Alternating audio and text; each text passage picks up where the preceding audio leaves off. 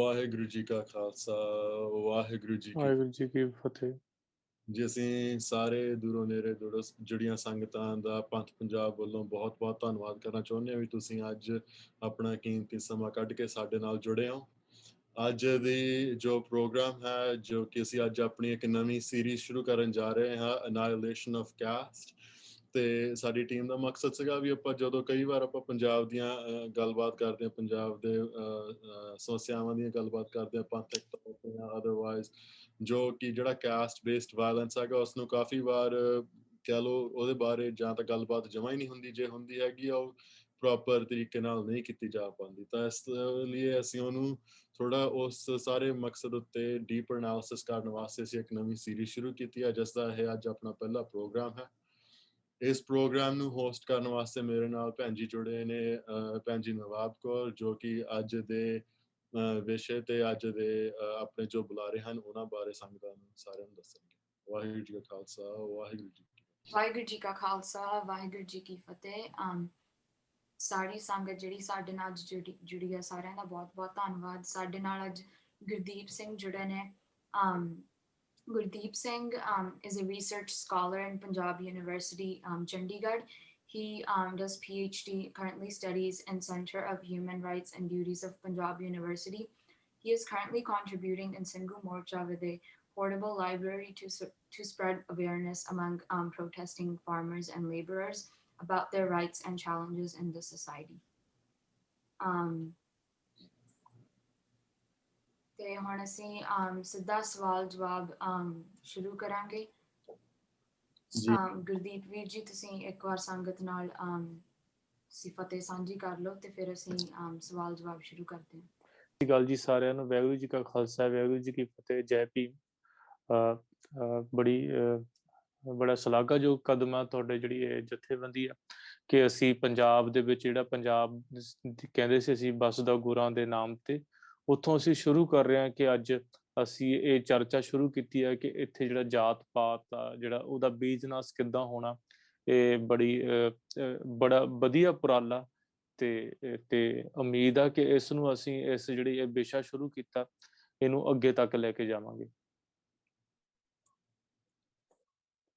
Introduction ਵਾਸਤੇ ਆਪਾਂ ਇੱਕ ਤੌਰ ਤੇ ਸ਼ੁਰੂ ਕਰਨਾ ਗੱਲਬਾਤ ਸ਼ੁਰੂ ਕਰਨ ਵਾਸਤੇ ਆਪਾਂ ਇੱਕ ਸਵਾਲ ਰੱਖਿਆ ਸੀਗਾ ਕਿ ਜਦੋਂ ਆਪਾਂ ਜਾਤ ਪਾਤ ਦੀ ਜੋ ਕਈ ਵਾਰ ਗੱਲ ਹੁੰਦੀ ਆ, ਕਾਫੀ ਤੌਰ ਤੇ ਉਹਨੂੰ ਇੱਕ ਜਾਂ ਤਾਂ ਜਾਤ ਪਾਤ ਨੂੰ ਸਿਰਫ ਇੱਕ ਆਈਡੀਓਲੋਜੀਕਲ ਜਾਂ ਕਲਚਰਲ ਫੋਰਸ ਦੇ ਤੌਰ ਤੇ ਹੀ ਡਿਫਾਈਨ ਕੀਤਾ ਜਾਂਦਾ, ਜਾਂ ਉਹਨੂੰ ਡਿਫਾਈਨ ਕੀਤਾ ਜਾਂਦਾ ਉਹਦੇ ਪੋਲੀਟੀਕਲ ਤੇ ਇਕਨੋਮਿਕ ਇੰਪੈਕਟਸ ਦੇ ਨਾਲ।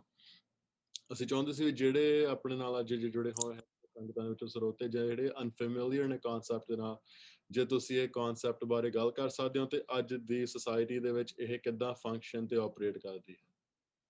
ਹਾਂਜੀ, ਜਿੱਦਾਂ ਕਿ ਤੁਸੀਂ ਆਲਰੇਡੀ ਦੱਸ ਚੁੱਕੇ ਕਿ ਰਾਜਨੀਤਿਕ ਤੌਰ ਤੇ ਇਹਨੂੰ ਵੱਖ-ਵੱਖ ਤਰੀਕਿਆਂ ਨਾਲ ਦੇਖਿਆ ਜਾਂਦਾ।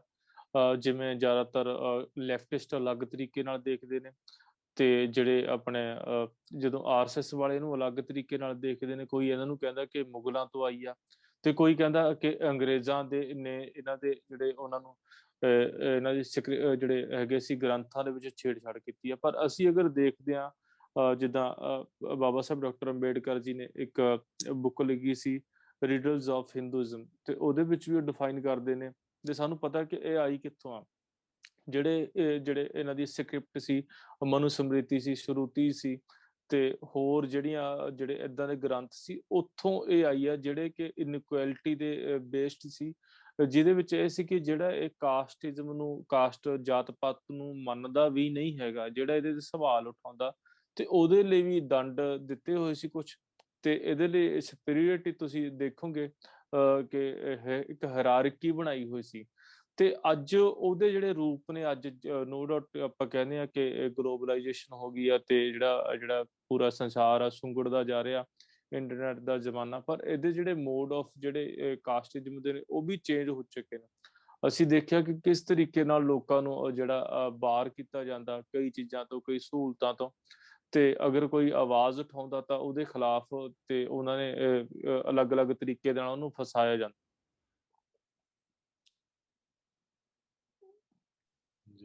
ਜੀ ਵੀਰ ਜੀ, ਤੇ ਸਾਡਾ ਅਗਲਾ ਸਵਾਲ ਇਹ ਆ ਵੀ when we look at the concept of India and Indian citizens, ਜਦੋਂ ਅਸੀਂ ਕਹਿ ਲਓ ਇੱਕ ਭਾਰਤੀ ਨਾਗਰਿਕ ਦੀ ਕਹਿ ਲਓ ਜਿਹੜੀ ਗੱਲ ਕਰਦੇ ਆ, ਜਿਹੜਾ ਸੰਕਲਪ ਬਣਾਇਆ ਹੋਇਆ ਉਹਦੇ ਆਲੇ ਦੁਆਲੇ 47 ਤੋਂ ਲੈ ਕੇ ਹੁਣ ਤੱਕ, ਉਹ ਉਹਦਾ ਬਹੁਤ ਹੀ ਜ਼ਿਆਦਾ ਕਹਿ ਲਓ ਸੰਬੰਧ ਬ੍ਰਾਹਮਣ ਮਤ ਨਾਲ ਜੁੜਿਆ ਹੋਇਆ, ਇੱਕ ਕਹਿ ਲਓ ਆਮ ਭਾਰਤੀ ਨਾਗਰਿਕ ਜਾਂ ਦੇਸ਼ ਭਗਤ ਹੋਣ ਦਾ ਉਹ ਜਿਹੜੀ ਜੀ ਬ੍ਰਾਹਮਣ ਮਤ ਨਾਲ ਉਹਦਾ ਸੰਬੰਧ ਆ। ਤੇ ਜੀ ਜੀ ਇਹਦਾ ਕੀ ਰੋਲ ਆ ਵੀ ਇਹਦਾ ਕਾਸਟ ਤੇ ਕੀ ਇਹਦਾ ਅਸਰ ਪੈਂਦਾ, ਤੇ ਬ੍ਰਾਹਮਣਿਜ਼ਮ ਦਾ ਇਹ ਜਿਹੜਾ ਰੋਲ ਆ ਇਹ ਇੰਡੀਅਨ ਨੇਸ਼ਨ ਬਿਲਡਿੰਗ ਚ ਕੀ ਇਹਦੀ ਅਹਿਮੀਅਤ ਆ? ਆਪਾਂ ਦੇਖੀਏ ਕਿ ਜਿਹੜਾ ਸਾਡਾ ਦੇਸ਼ ਆ, ਵੈਸੇ ਸਾਰੇ ਹੀ ਡਾਇਵਰਸਿਟੀਜ਼ ਨੇ। ਇੱਥੇ ਪਹਿਲਾਂ ਰਿਆਸਤਾਂ ਹੁੰਦੀਆਂ ਸੀ, ਤੇ ਇਹਨਾਂ ਦਾ ਜਿਹੜਾ ਆਪਾਂ ਦੇਖੀਏ ਕਿ ਵਿਸ਼ਵ ਹਿੰਦੂ ਪਰਿਸ਼ਦ ਦਾ ਜਿਹੜੀ ਇਹਨਾਂ ਦੀ ਜਿਹੜੀ ਸੰਸਥਾ RSS, ਉਹਨਾਂ ਨੇ ਕਿਹਾ ਸੀ ਸਾਡਾ 100 ਸਾਲ ਦਾ ਏਜੰਡਾ। ਉਹਨਾਂ ਨੇ ਆਪਣੇ ਏਜੰਡੇ ਨੂੰ ਪੂਰਾ ਕਰਨ ਦੇ ਲਈ ਬਾਰ-ਬਾਰ ਕਹਿੰਦੇ ਆ ਰਹੇ ਨੇ ਇੱਕ ਰਾਸ਼ਟਰ ਇੱਕ ਭਾਸ਼ਾ, ਜਾਂ ਸੋ ਐਂਡ ਸੋ ਕੋਈ ਚੀਜ਼ਾਂ ਨੂੰ ਇੱਕ ਕਰਨ ਦੀ ਕੋਸ਼ਿਸ਼ ਕਰਦੇ ਨੇ, ਜਦ ਕਿ ਲੋਕਾਂ ਦੀਆਂ ਡਾਇਵਰਸਿਟੀ ਨੂੰ ਉਹ ਲਾਂਭੇ ਰੱਖ ਕੇ ਐਵੇਂ ਇਹਨਾਂ ਨੇ ਰਿਆਸਤਾਂ ਨੂੰ ਤੋੜ ਕੇ ਕੋਸ਼ਿਸ਼ ਕੀਤੀ ਆ। ਤੇ ਕਈ ਜਿੱਦਾਂ ਹੁਣ ਆਪਾਂ ਦੇਖੀਏ, ਅੱਜ ਵੀ ਆਪਾਂ ਮੋਰਚੇ ਤੇ ਦੇਖ ਰਹੇ ਸੀ ਆਪਾਂ ਕਿ ਕਰਨਾਲ ਤੋਂ ਆਏ ਹੋਏ ਨੇ ਜਿਹੜੇ ਆਪਣੇ ਬਜ਼ੁਰਗ ਆਏ ਨੇ। ਤੇ ਕੱਲ ਮੈਂ ਇੱਕ ਬਜ਼ੁਰਗ ਨੂੰ ਮਿਲਿਆ, ਉਹ ਤਾਂ ਇਹ ਦੱਸ ਰਹੇ ਸੀ ਕਿ ਯਾਰ ਮੈਂ 2 ਵਾਰ ਉੱਜੜਿਆ। ਮੈਨੂੰ ਲੱਗਦਾ ਕਿ ਮੈਨੂੰ ਇੱਕ ਤਾਂ 47 ਦੇਖੀ, 47 ਤੋਂ ਬਾਅਦ ਜਦੋਂ ਪੰਜਾਬ ਦੀ ਵੰਡ ਹੋਈ, ਤੇ ਅਸੀਂ ਤਾਂ ਸਾਡੇ ਤਾਂ ਦੋਹਰੀ ਉਜਾੜਾ, ਲੋਕਾਂ ਲਈ ਤਾਂ 47 ਦਾ ਉਜਾੜਾ ਹੋਇਆ। ਪਹਿਲਾਂ 47 ਦੇ ਵਿੱਚੋਂ ਪਾਕਿਸਤਾਨ ਤੋਂ ਪੰਜਾਬ ਆਏ ਸਨ, ਤੇ ਪੰਜਾਬ ਤੋਂ ਬਾਅਦ ਜਦੋਂ ਪੰਜਾਬ 'ਚ ਆਏ ਤੇ ਉਹ ਵਿਛੜ ਗਿਆ, ਤੇ ਫਿਰ ਉਹ ਆਪਣਾ ਫਿਰ ਅਲੱਗ ਹੋ ਗਏ, ਤੇ ਅੱਜ ਹਰਿਆਣੇ 'ਚ ਰਹਿ ਰਹੇ ਨੇ। ਤੇ ਉੱਥੇ ਵੀ ਉਹ ਜਾਣੀ ਕਿ ਉਹਨਾਂ ਦੀ ਪੰਜਾਬੀ ਬੈਲਟ ਆ ਮਹਿਸੂਸ ਕਰ ਰਹੇ ਨੇ ਕਿ ਸਾਡੇ ਨਾਲ ਧੱਕਾ ਹੋਇਆ। ਤੇ ਐਂ ਜਿਹੜਾ ਇਹਨਾਂ ਨੇ ਜਾਤ ਪਾਤ ਵਾਲਾ, ਇਹਨਾਂ ਨੇ ਇੰਸਟੀਟਿਊਸ਼ਨ ਇਸੇ ਲਈ ਇੱਕ ਕਰਨ ਦੀ ਕੋਸ਼ਿਸ਼ ਕਰ ਰਹੇ ਨੇ ਕਿ ਤਾਂ ਕਿ ਕੰਟਰੋਲ ਇੱਕ ਜਗ੍ਹਾ ਹੋ ਸਕੇ। ਤੇ ਉਹ ਕਾਸਟਿਜ਼ਮ ਨੂੰ ਇਹਨਾਂ ਨੇ ਜਿਹੜਾ ਕੰਟੀਨਿਊ ਰੱਖਣ ਲਈ, ਤੁਸੀਂ ਦੇਖਿਆ ਹੋਊਗਾ ਕਿ ਹਰ ਕਿਤੇ ਇਹਨਾਂ ਨੇ ਜਿਹੜੀ ਪੈਨੀਟ੍ਰੇਸ਼ਨ ਕੀਤੀ ਆ। ਆਪਾਂ ਦੇਖੀਏ ਬੁੱਧਿਜ਼ਮ ਦੇ ਵਿੱਚ ਵੀ ਪੈਨੀਟ੍ਰੇਸ਼ਨ ਕੀਤੀ ਆ, ਜੈਨਿਜ਼ਮ ਦੇ ਵਿੱਚ ਵੀ ਕੀਤੀ ਆ, ਈਵਨ ਕਿ ਸਿੱਖਿਜ਼ਮ ਦੇ ਵਿੱਚ ਵੀ ਇਹਨਾਂ ਨੇ ਆਪਣੀ ਜਿਹੜੀ ਆ ਉਹ ਕੀਤੀ ਹੋਈ ਆ, ਕਿ ਤਾਂ ਕਿ ਜਿਹੜਾ ਇਹਨਾਂ ਦਾ ਜਾਤ ਪਾਤ ਆ ਉਹ ਚਲਦੀ ਰਹੇ। ਉਹ ਚਲਾਉਣ ਦੇ ਲਈ ਇਹਨਾਂ ਨੇ ਕਈ ਚੀਜ਼ਾਂ ਦੇ ਜਿਹੜੇ ਕਈ ਚੀਜ਼ਾਂ ਵਰਤੀਆਂ ਨੇ। ਜਿਵੇਂ ਦੇਖਿਆ ਤੇ ਲੋਕਾਂ ਨੇ ਜਦੋਂ ਵੀ ਆਵਾਜ਼ ਉਠਾਈ ਆ, ਤੇ ਜਿਹੜੇ ਆਪਣੇ ਅੰਬੇਡਕਰਵਾਦੀ ਨੇ ਜਾਂ ਫਿਰ ਜਾਤ ਪਾਤ ਦੇ ਤੋੜ ਦੇ ਲਈ ਬਹੁਜਨ ਜਿਹੜੇ ਜਿਨ੍ਹਾਂ ਨੇ ਕੋਸ਼ਿਸ਼ ਕੀਤੀ ਆ ਤੋੜਨ ਦੀ, ਉਹਨਾਂ ਨੂੰ ਕਿਸੇ ਨਾ ਕਿਸੇ ਤਰੀਕੇ ਨਾਲ ਝੂਠੇ ਮੁਕੱਦਮਿਆਂ ਦੇ ਵਿੱਚ ਫਸਾ ਕੇ ਉਹਨਾਂ ਨੂੰ ਅੰਦਰ ਭੇਜਿਆ ਗਿਆ। ਤੇ ਅਸੀਂ ਅਗਰ NCRB ਦੇ ਡਾਟੇ ਦੇਖ ਲਾਂਗੇ, ਨੈਸ਼ਨਲ ਕ੍ਰਾਈਮ ਰਿਕਾਰਡ ਬਿਊਰੋ ਜਿਹੜੀ ਹੈਗੀ ਹੈ ਸਾਡੇ ਦੇਸ਼ ਦੀ, ਉਹ 'ਚ ਤੁਸੀਂ ਦੇਖਾਂਗੇ ਸਭ ਤੋਂ ਜ਼ਿਆਦਾ ਜਿਹੜੇ ਜੇਲ੍ਹਾਂ ਦੇ ਵਿੱਚ ਸੁੱਟੇ ਹੋਏ ਨੇ ਲੋਕ, ਉਹ ਉਹੀ ਲੋਕ ਨੇ SC ST OBC, ਇਹ ਲੋਕ ਸਭ ਤੋਂ ਜ਼ਿਆਦਾ ਨੇ। ਜੀ ਵੀਰ ਜੀ, ਤੇ ਜਿਹੜਾ ਇਹਨਾਂ ਦਾ ਸੰਕਲਪ ਦੀ ਜਿਹੜੀ ਅਸੀਂ ਗੱਲ ਕਰ ਰਹੇ ਸੀ ਹੁਣੇ, ਤੇ ਇਹ ਇਹਨਾਂ ਨੇ ਕਿੱਦਾਂ ਜਾਰੀ ਰੱਖਿਆ? 70 ਸਾਲ ਹੋ ਗਏ ਦੇਸ਼ ਬਣੇ ਨੂੰ, ਤੇ ਇਹਦੇ ਚ ਐਨਫੋਰਸਡ ਕਾਸਟ ਵਾਇਲੈਂਸ, ਇਹ ਸਾਰਾ ਕੁਝ ਇਹਨਾਂ ਨੇ ਕਿੱਦਾਂ ਜਾਰੀ ਰੱਖਿਆ ਪਿਛਲੇ 70 ਸਾਲਾਂ ਦੇ ਵਿੱਚ ਹੁਣ ਤੱਕ? ਉਹ ਤੁਸੀਂ ਦੇਖਿਆ ਕਿ ਕਾਸਟ ਵਾਇਲੈਂਸ ਦੇ ਲਈ ਇਹਨਾਂ ਨੇ ਅਲੱਗ-ਅਲੱਗ ਤਰੀਕੇ, ਜਿਵੇਂ ਹੁਣ ਆਪਾਂ ਪੰਜਾਬ ਦੀ ਗੱਲ ਕਰੀਏ, ਪੰਜਾਬ 'ਚ ਮੈਂ ਸ਼ੁਰੂ 'ਚ ਵੀ ਕਿਹਾ ਸੀ ਪੰਜਾਬ ਵੱਸਦਾ ਗੁਰਾਂ ਦੇ ਨਾਮ ਤੇ। ਪੰਜਾਬ ਦੀ ਇੱਕ ਅਲੱਗ ਹੀ ਵਿਲੱਖਣਤਾ, ਕਿਉਂਕਿ ਪੰਜਾਬ ਜਿਹੜਾ ਇੱਥੇ ਬਾਬੇ ਨਾਨਕ ਦੀ ਧਰਤੀ ਆ, ਤੇ ਉਸ ਤੋਂ ਬਾਅਦ ਸੂਫੀ ਆਏ ਨੇ, ਤੇ ਜਿਨ੍ਹਾਂ ਨੇ ਵੀ ਕੁਛ ਬਾਬੇ ਨਾਨਕ ਦਾ ਤਾਂ ਜਿਹੜਾ ਉਹਨਾਂ ਨੇ ਸ਼ੁਰੂਆਤ ਕੀਤੀ ਸੀ ਉਹ ਤਾਂ ਅਗੇਂਸਟ ਹੀ ਜਾਤ ਪਾਤ ਦੇ ਕੀਤੀ ਸੀ, ਬ੍ਰਾਹਮਣਿਜ਼ਮ ਦੇ ਅਗੇਂਸਟ ਕੀਤੀ ਸੀ। ਉਹ ਤਾਂ ਕਬੀਰ ਸਾਹਿਬ ਆਏ, ਤੇ ਉਹ ਪਰ ਜਦੋਂ ਉਹ ਕੇਂਦਰ ਵਾਲਾ ਰੰਗ ਬੰਨਿਆ ਜਾਂਦਾ, ਤੇ ਉਹਨਾਂ ਦਾ ਉਹ ਫਿਰ ਕੋਸ਼ਿਸ਼ ਕਰਦੇ ਨੇ ਕਿ ਇਹ ਚੀਜ਼ ਨੂੰ ਆਪਣੇ ਤਰੀਕੇ ਨਾਲ ਚਲਾਇਆ ਜਾਵੇ। ਉਹਨਾਂ ਨੇ ਜਿਵੇਂ ਜਾਤ ਪਾਤ ਨੂੰ ਜਾਰੀ ਰੱਖਣ ਦੇ ਲਈ, ਤੁਸੀਂ ਦੇਖਿਆ ਜਦੋਂ ਤੱਕ ਜਿਹੜੀ ਬਹੁਜਨਾਂ ਦੀ ਆਪਣੀ ਮੂਵਮੈਂਟ ਨਹੀਂ ਆਈ ਸੀ, ਜਿਵੇਂ ਆਪਾਂ ਕਹਿ ਸਕਦੀ ਆ ਆਪਣੀ ਕਾਂਸ਼ੀ ਰਾਮ ਦੇ ਜਿਹੜੇ ਸਾਹਿਬ ਕਾਂਸ਼ੀ ਰਾਮ ਤੋਂ ਬਾਅਦ BSP ਬਣੀ, ਉਸ ਤੋਂ ਪਹਿਲਾਂ ਕਿ ਕਿੰਨੇ ਕੁ ਲੋਕ ਸੀ ਜਿਹੜੇ ਦਲਿਤ ਸੀ, ਉਹ ਕਿੰਨੇ ਕੁ ਲੋਕ ਮਿਨਿਸਟਰ ਹੈਗੇ ਸੀ, ਉਹ ਕਿੰਨੇ ਕੁ ਜਿਹੜੇ ਸਰਕਾਰੀ ਅਹੁਦਿਆਂ ਦੇ ਉੱਤੇ ਹੁੰਦੇ ਸੀ, ਉਹ ਨਹੀਂ ਹੈਗੇ ਸੀ। ਪਰ ਇਸ ਤੋਂ ਆਉਣ ਤੋਂ ਬਾਅਦ ਉਹਨਾਂ ਦੀ ਸ਼ਮੂਲੀਅਤ ਹੋਣ ਲੱਗੀ ਆ। ਕਹਿਣ ਨੂੰ ਸਾਡੇ ਦੇਸ਼ ਦਾ ਜਿਹੜਾ ਇਹਨਾਂ ਨੇ ਸਾਡਾ ਸੰਵਿਧਾਨ ਸੀ ਬਹੁਤ ਵਿਲੱਖਣ ਆ। ਡਾਕਟਰ ਬਾਬਾ ਸਾਹਿਬ ਅੰਬੇਡਕਰ ਖੁਦ ਕਹਿੰਦੇ ਸੀ ਕਿ ਕੋਈ ਵੀ ਸੰਵਿਧਾਨ ਉਦੋਂ ਤੱਕ ਵਧੀਆ ਨਹੀਂ ਹੋ ਸਕਦਾ ਜਦੋਂ ਤੱਕ ਉਹਨੂੰ ਚਲਾਉਣ ਵਾਲੇ ਲੋਕ ਨਹੀਂ ਵਧੀਆ ਹੋਣਗੇ। ਪਰ ਇਹਨਾਂ ਨੇ ਉਹ ਸਿਰਫ ਕਾਗਜ਼ਾਂ ਦੇ ਵਿੱਚ ਹੀ ਰੱਖਿਆ, ਤੇ ਪਿੱਛੇ ਦੀ ਜਿਹੜਾ ਇਹਨਾਂ ਦਾ ਆਪਣਾ ਜਿਹੜਾ ਹਿੰਦੂ ਰਾਸ਼ਟਰ ਵਾਲਾ ਏਜੰਡਾ ਸੀ ਉਹੀ ਚੱਲਦਾ ਰਿਹਾ। ਤੇ ਉਹਦੇ ਲਈ ਅਸੀਂ ਦੇਖਿਆ ਬਹੁਤ ਕੁਛ ਕੀਤਾ ਇਹਨਾਂ ਨੇ ਇਤਿਹਾਸ ਦੇ ਵਿੱਚ, ਤੇ ਇਹਨਾਂ ਨੇ ਦੰਗੇ ਵੀ ਕਰਵਾਏ ਨੇ। ਤੇ ਦਲਿਤਾਂ ਨੂੰ ਤਾਂ ਹਮੇਸ਼ਾ ਯੂਜ਼ ਹੀ ਕੀਤਾ ਗਿਆ। ਦਲਿਤਾਂ ਨੂੰ ਕਈ ਵਾਰ, ਜਿਵੇਂ ਪੰਜਾਬ 'ਚ ਵੀ ਤੁਸੀਂ ਦੇਖਿਆ, ਪੰਜਾਬ 'ਚ ਜ਼ਿਆਦਾਤਰ ਇਹ ਦਲਿਤਾਂ ਨੂੰ ਕਹਿ ਦਿੰਦੇ ਨੇ ਕਿ ਤੁਸੀਂ ਹਿੰਦੂ ਧਰਮ ਦਾ ਹਿੱਸਾ, ਤੇ ਇਹਨਾਂ ਨੂੰ ਸਿੱਖਾਂ ਦੇ ਖਿਲਾਫ ਵੀ ਭੜਕਾਇਆ ਜਾਂਦਾ ਕਈ ਵਾਰ। ਤੇ ਜਿਵੇਂ ਕਿਸਾਨੀ ਅੰਦੋਲਨ ਤੁਸੀਂ ਦੇਖਿਆ, ਜਦੋਂ ਇਹ ਆਪਣੇ ਪੰਜਾਬ ਤੋਂ ਸ਼ੁਰੂ ਹੋਇਆ ਸੀ ਕਿਸਾਨੀ ਅੰਦੋਲਨ, ਤਾਂ ਉਦੋਂ ਇਹਨਾਂ ਨੇ ਇੱਕ ਕੋਸ਼ਿਸ਼, ਭਾਜਪਾ ਨੇ ਇੱਕ ਕੋਸ਼ਿਸ਼ ਕੀਤੀ ਸੀ ਕਿ ਦਲਿਤ ਅਧਿਕਾਰ ਮਾਰਚ ਸ਼ੁਰੂ ਕੀਤਾ ਸੀ। ਜਿਹੜਾ ਦਲਿਤ ਅਧਿਕਾਰ ਮਾਰਚ ਸੀ, ਇਹਨਾਂ ਨੇ ਕੀ ਕੀਤਾ ਸੀ, ਜਿਹੜੇ ਭਾਜਪਾ ਦੇ ਬੰਦੇ ਸੀ ਉਹ ਡਾਕਟਰ ਬਾਬਾ ਸਾਹਿਬ ਅੰਬੇਡਕਰ ਦੇ ਜਿਹੜੇ ਬੁੱਤ ਦੇ ਉੱਤੇ ਫੁੱਲ ਚੜਾਉਣ ਜਾਂਦੇ ਸੀ, ਤਾਂ ਕਿ ਮਤਲਬ ਉਹ ਦਲਿਤ ਵਰਸਸ ਸਿੱਖ ਕਰਨਾ ਚਾਹੁੰਦੇ ਸੀ। ਪਰ ਉੱਥੇ ਜਿਹੜੀ ਗੱਲ ਕੀ ਹੋਈ, ਉਦੋਂ ਦਲਿਤਾਂ ਨੇ ਆਪਣੇ ਆਪ ਨੂੰ ਪਹਿਚਾਣਿਆ, ਤੇ ਉਹਨਾਂ ਨੇ ਮਤਲਬ ਕਿ ਹੁਣ ਦਲਿਤਾਂ ਨੇ, ਪਹਿਲਾਂ ਤਾਂ ਇਹਨਾਂ ਦੇ ਜਾਲ ਵਿੱਚ ਫਸੇ ਹੁੰਦੇ ਸੀ, ਉਹਨਾਂ ਨੇ ਪਹਿਚਾਣਿਆ ਕਿ ਸਾਨੂੰ ਯੂਜ਼ ਕਰ ਰਹੇ ਨੇ। ਉਹਨਾਂ ਨੇ ਜਦੋਂ ਭਾਜਪਾ ਵਾਲੇ ਬੰਦੇ ਆ ਰਹੇ ਸੀ ਬਾਬਾ ਸਾਹਿਬ ਅੰਬੇਡਕਰ ਦੇ ਜਿਹੜੇ ਬੁੱਤ ਦੇ ਵਿੱਚ ਤੇ ਫੁੱਲ ਚੜਾਉਣ ਜਾਂ ਜਿਵੇਂ ਵੀ, ਤਾਂ ਦਲਿਤਾਂ ਨੇ ਮੂਹਰੇ ਹੋ ਕੇ, ਅੱਗੇ ਹੋ ਕੇ ਭਾਜਪਾ ਵਾਲਿਆਂ ਨੂੰ ਭਜਾਇਆ ਸੀ। ਤੇ ਹੁਣ ਜਿਹੜਾ ਇਸ ਅੰਦੋਲਨ ਦੇ ਨਾਲ ਇਹ ਨੇ ਕਿ ਇਹ ਚੀਜ਼ਾਂ ਜਿਹੜੀਆਂ ਉਹਨਾਂ ਦੀਆਂ, ਉਹ ਉਹਨਾਂ ਨੂੰ ਠੱਲ ਪਵੇਗੀ। ਜਦੋਂ ਆਪਾਂ ਵੀਰ ਜੀ ਪੰਜਾਬ ਦੀ ਗੱਲ ਕਰਦੇ ਹੈਗੇ ਸਪੈਸੀਫਿਕਲੀ, ਤੇ ਪੰਜਾਬ ਦੇ ਅੰਦਰੂਨੀ ਜਾਤ ਪਾਤ ਦਾ ਮਸਲਾ ਦੀ ਜਦੋਂ ਆਪਾਂ ਗੱਲਾਂ ਕਰਦੇ ਹੈਗੇ ਆ, ਪੰਜਾਬ ਦਾ ਜੇ ਆਪਾਂ ਇਤਿਹਾਸਕ ਤੌਰ ਤੇ ਦੇਖੀਏ, ਇੱਕ ਬੜਾ ਯੂਨੀਕ ਰੋਲ ਰਿਹਾ ਹੈਗਾ, ਕਿਉਂਕਿ ਜਿਹੜਾ ਬ੍ਰਾਹਮਣਿਜ਼ਮ ਜਾਂ ਵਿਪਰਵਾਦ ਦੇ ਖਿਲਾਫ ਕਾਫੀ ਲਹਿਰਾਂ ਪੰਜਾਬ 'ਚ ਉੱਠੀਆਂ ਸੀਗੀਆਂ, ਜਦੋਂ ਆਪਾਂ ਇਤਿਹਾਸਕ ਤੌਰ ਤੇ ਦੇਖਦੇ ਹੈਗੇ ਆ। ਲੇਕਿਨ ਅੱਜ ਦੇ ਤੌਰ ਦੇ ਉੱਤੇ ਇੱਕ ਕਹਿ ਲਓ ਵੀ ਹਾਇਰਾਰਕੀ ਦੇ ਵਿੱਚ ਰਿਵਰਸਲ ਹੋਈ ਆ ਵੀ, ਪਰ ਉਹਦੇ ਵਿੱਚ ਜੱਟ ਜਿਵੇਂ ਉੱਤੇ ਆਇਆ, ਪਰ ਲੇਕਿਨ ਹਾਇਰਾਰਕੀ ਹਲੇ ਵੀ ਬਣੀ ਹੋਈ ਹੈਗੀ ਆ। ਤੁਸੀਂ ਉਹਦੇ ਬਾਰੇ ਕੀ ਕਹਿ ਸਕਦੇ ਹੋ? ਤੇ ਜੇ ਤੁਸੀਂ ਇੱਕ ਥੋੜਾ ਯੂਨੀਕ ਜਿਹੜਾ ਨੇਚਰ ਹੈਗਾ ਕਾਸਟ ਦਾ ਪੰਜਾਬ ਦੇ ਵਿੱਚ, ਉਹਦੇ ਕਲਚਰ ਦੇ ਵਿੱਚ, ਉਹਦੇ ਬਾਰੇ ਤੁਸੀਂ ਗੱਲ ਕਰ ਸਕਦੇ ਹੋ?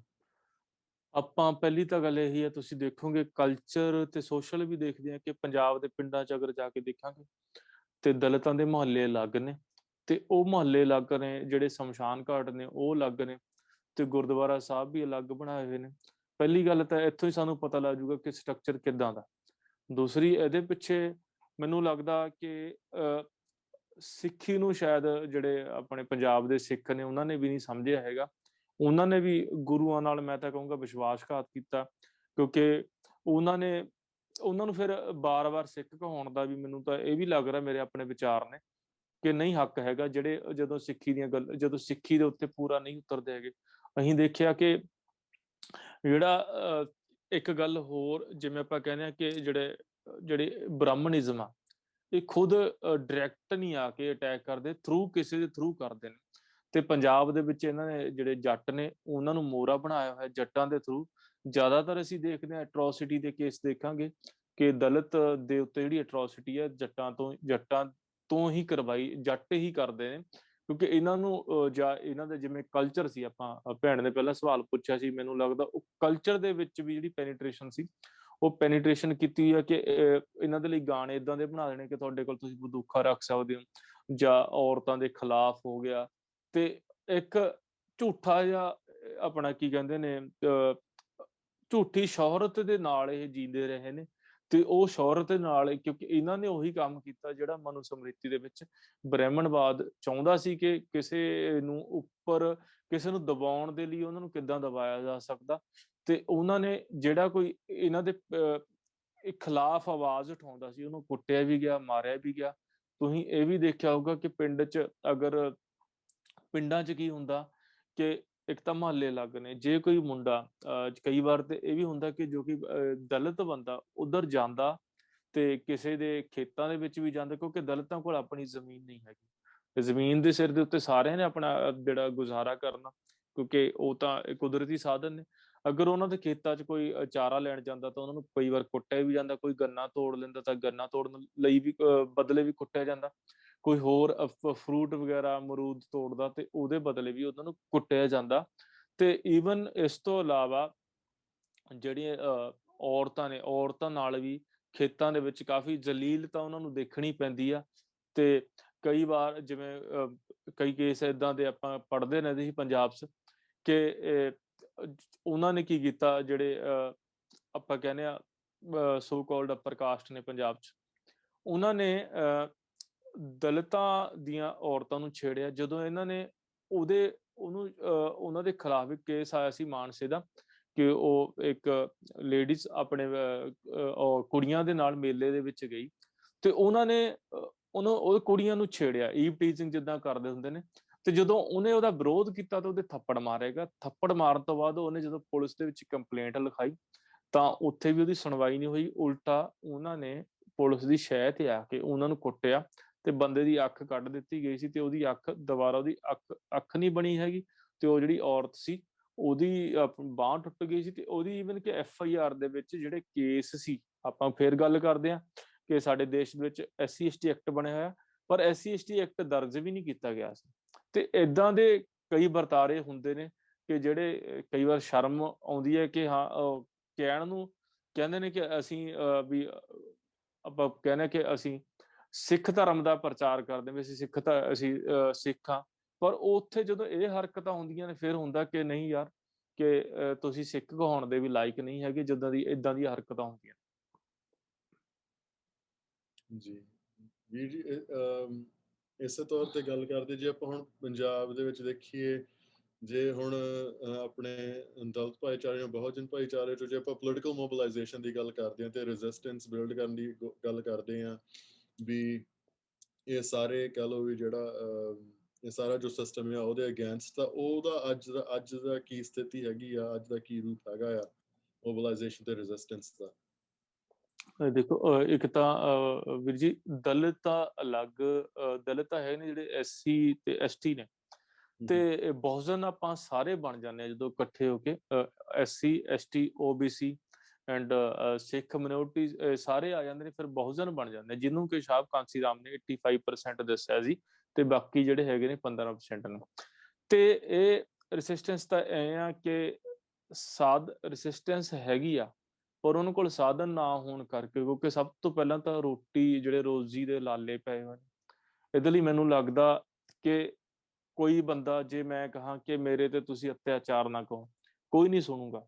ਉਹ ਦੋਨਾਂ ਧਿਰਾਂ ਨੂੰ ਉੱਪਰੋਂ ਜਿਹੜੀ ਉੱਪਰਲੀ ਧਿਰ ਵੀ ਆ ਉਹ ਗੁਰਾਂ ਦੀ ਗੱਲ ਮੰਨ ਕੇ ਕੋਸ਼ਿਸ਼ ਕਰੇ ਕਿ ਅਸੀਂ ਇਹਨਾਂ ਦੇ ਆਪਣੇ ਗੁਰਾਂ ਦੇ ਜਿਹੜੇ ਬਚਨਾਂ ਤੇ ਪੱਕੇ ਰਹੀਏ ਤੇ ਜਿਹੜਾ ਇਹ ਵਰਤਾਰਾ ਹੈਗਾ ਇਨਇਕੁਐਲਿਟੀ ਵਾਲਾ ਇਹਨੂੰ ਕਿੱਦਾਂ ਤੋੜਿਆ ਜਾ ਸਕੇ। ਹੁਣ ਆਰਥਿਕ ਸਾਧਨ ਨਹੀਂ ਹੈਗੇ ਦਲਿਤਾਂ ਕੋਲ। ਜ਼ਿਆਦਾਤਰ ਆਪਾਂ ਦੇਖਦੇ ਹਾਂ ਕਿ ਹੁਣ ਮੋਰਚੇ 'ਚ ਵੀ ਦਲਿਤ ਜਾ ਰਹੇ ਨੇ ਪਰ ਕੋਈ ਬੱਸਾਂ 'ਚ ਜਾ ਰਿਹਾ ਤੇ ਜਦ ਕਿ ਦੂਸਰੀ ਸਾਈਡ ਟਰੈਕਟਰਾਂ ਤੇ ਜਾ ਰਹੇ ਨੇ। ਦਲਿਤਾਂ ਕੋਲ ਟਰੈਕਟਰ ਵੀ ਨਹੀਂ ਹੈਗੇ ਕਿ ਉਹ ਫਿਰ ਉਹ ਕਹਿੰਦੇ ਨੇ ਕਿ ਨਹੀਂ ਆ ਰਹੇ ਬਟ ਉਹ ਜਾ ਰਹੇ ਨੇ। ਤੇ ਇਸ ਤਰੀਕੇ ਨਾਲ ਉਹ ਜਿਹੜੇ ਸਾਧਨ ਨੇ ਲੈਂਡ ਡਿਸਟ੍ਰੀਬਿਊਸ਼ਨ ਵਾਲੇ ਜਿਹੜੇ ਐਕਟ ਆਏ ਸੀ ਉਹਨਾਂ ਦੀ ਚਲੋ ਜਿਹੜਾ ਲੈਂਡ ਰਿਫਾਰਮ ਸੀ ਉਹ ਨਹੀਂ ਹੋਏਗੇ।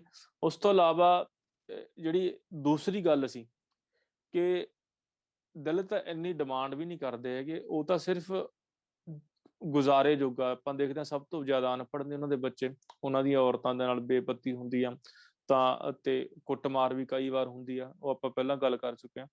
ਤੇ ਉਹ ਜਿਹੜੀਆਂ ਜਿੱਦਾਂ ਸ਼ਾਮਲਾਟ ਨੇ, ਸ਼ਾਮਲਾਟ ਦੇ ਵਿੱਚ ਵੀ ਅਗਰ ਉਹਨਾਂ ਦੀ ਕੰਟਰੀਬਿਊਸ਼ਨ ਜੇ ਕੋਈ ਆਪਣੀ ਸੰਸਥਾ ਹੋਵੇ ਜਾਂ ਜਿਵੇਂ ਹੁਣ ਕਿਸਾਨ ਮੋਰਚੇ ਚੋਂ ਵੀ ਮੈਂ ਤਾਂ ਇਹ ਵੀ ਕਹਿੰਦਾ ਸੀ ਕਿ ਉੱਥੋਂ ਹੀ ਐਲਾਨ ਹੋਣਾ ਚਾਹੀਦਾ ਕਿਉਂਕਿ ਉੱਥੋਂ ਕਈ ਐਲਾਨ ਹੁੰਦੇ ਨੇ ਜਿਹਦੇ ਨਾਲ ਪੂਰਾ ਦੇਸ਼ ਹਿੱਲ ਜਾਂਦਾ। ਉੱਥੋਂ ਇਹ ਵੀ ਐਲਾਨ ਹੋਣਾ ਚਾਹੀਦਾ ਕਿ ਜਿਹੜਾ ਇਹਨਾਂ ਦੀ ਜਿਹੜੀ 1/3 ਲੈਂਡ ਹੈਗੀ ਆ ਉਹ ਇਹਨਾਂ ਨੂੰ ਬਿਨਾਂ ਕਿਸੇ ਸ਼ਰਤ ਤੋਂ ਦਿੱਤੀ ਜਾਵੇ ਤੇ ਅਸੀਂ ਉਹਦੇ ਵਿੱਚ ਜਾਣੀ ਕਿ ਜਿਹੜਾ ਜੱਟ ਭਾਈਚਾਰਾ ਉਹਦੇ 'ਚ ਕੋਈ ਇੰਟਰਵੀਨ ਨਹੀਂ ਕਰੂਗਾ, ਉਹਨਾਂ ਦੇ ਰਾਈਟਸ ਦੇ ਲਈ ਵੀ ਉਹਨਾਂ ਨੂੰ ਦਿੱਤੀ ਜਾਵੇ ਤਾਂ ਕਿ ਉਹ ਖੁਸ਼ੀ ਆਪਣਾ ਗੁਜ਼ਾਰਾ ਕਰਨ ਕਿਉਂਕਿ ਉਹਨਾਂ ਕੋਲ ਸਾਧਨ ਹੋਣਗੇ ਤਾਂ ਹੀ ਉਹ ਰੈਸਿਸਟੈਂਸ ਕਰ ਸਕਣਗੇ।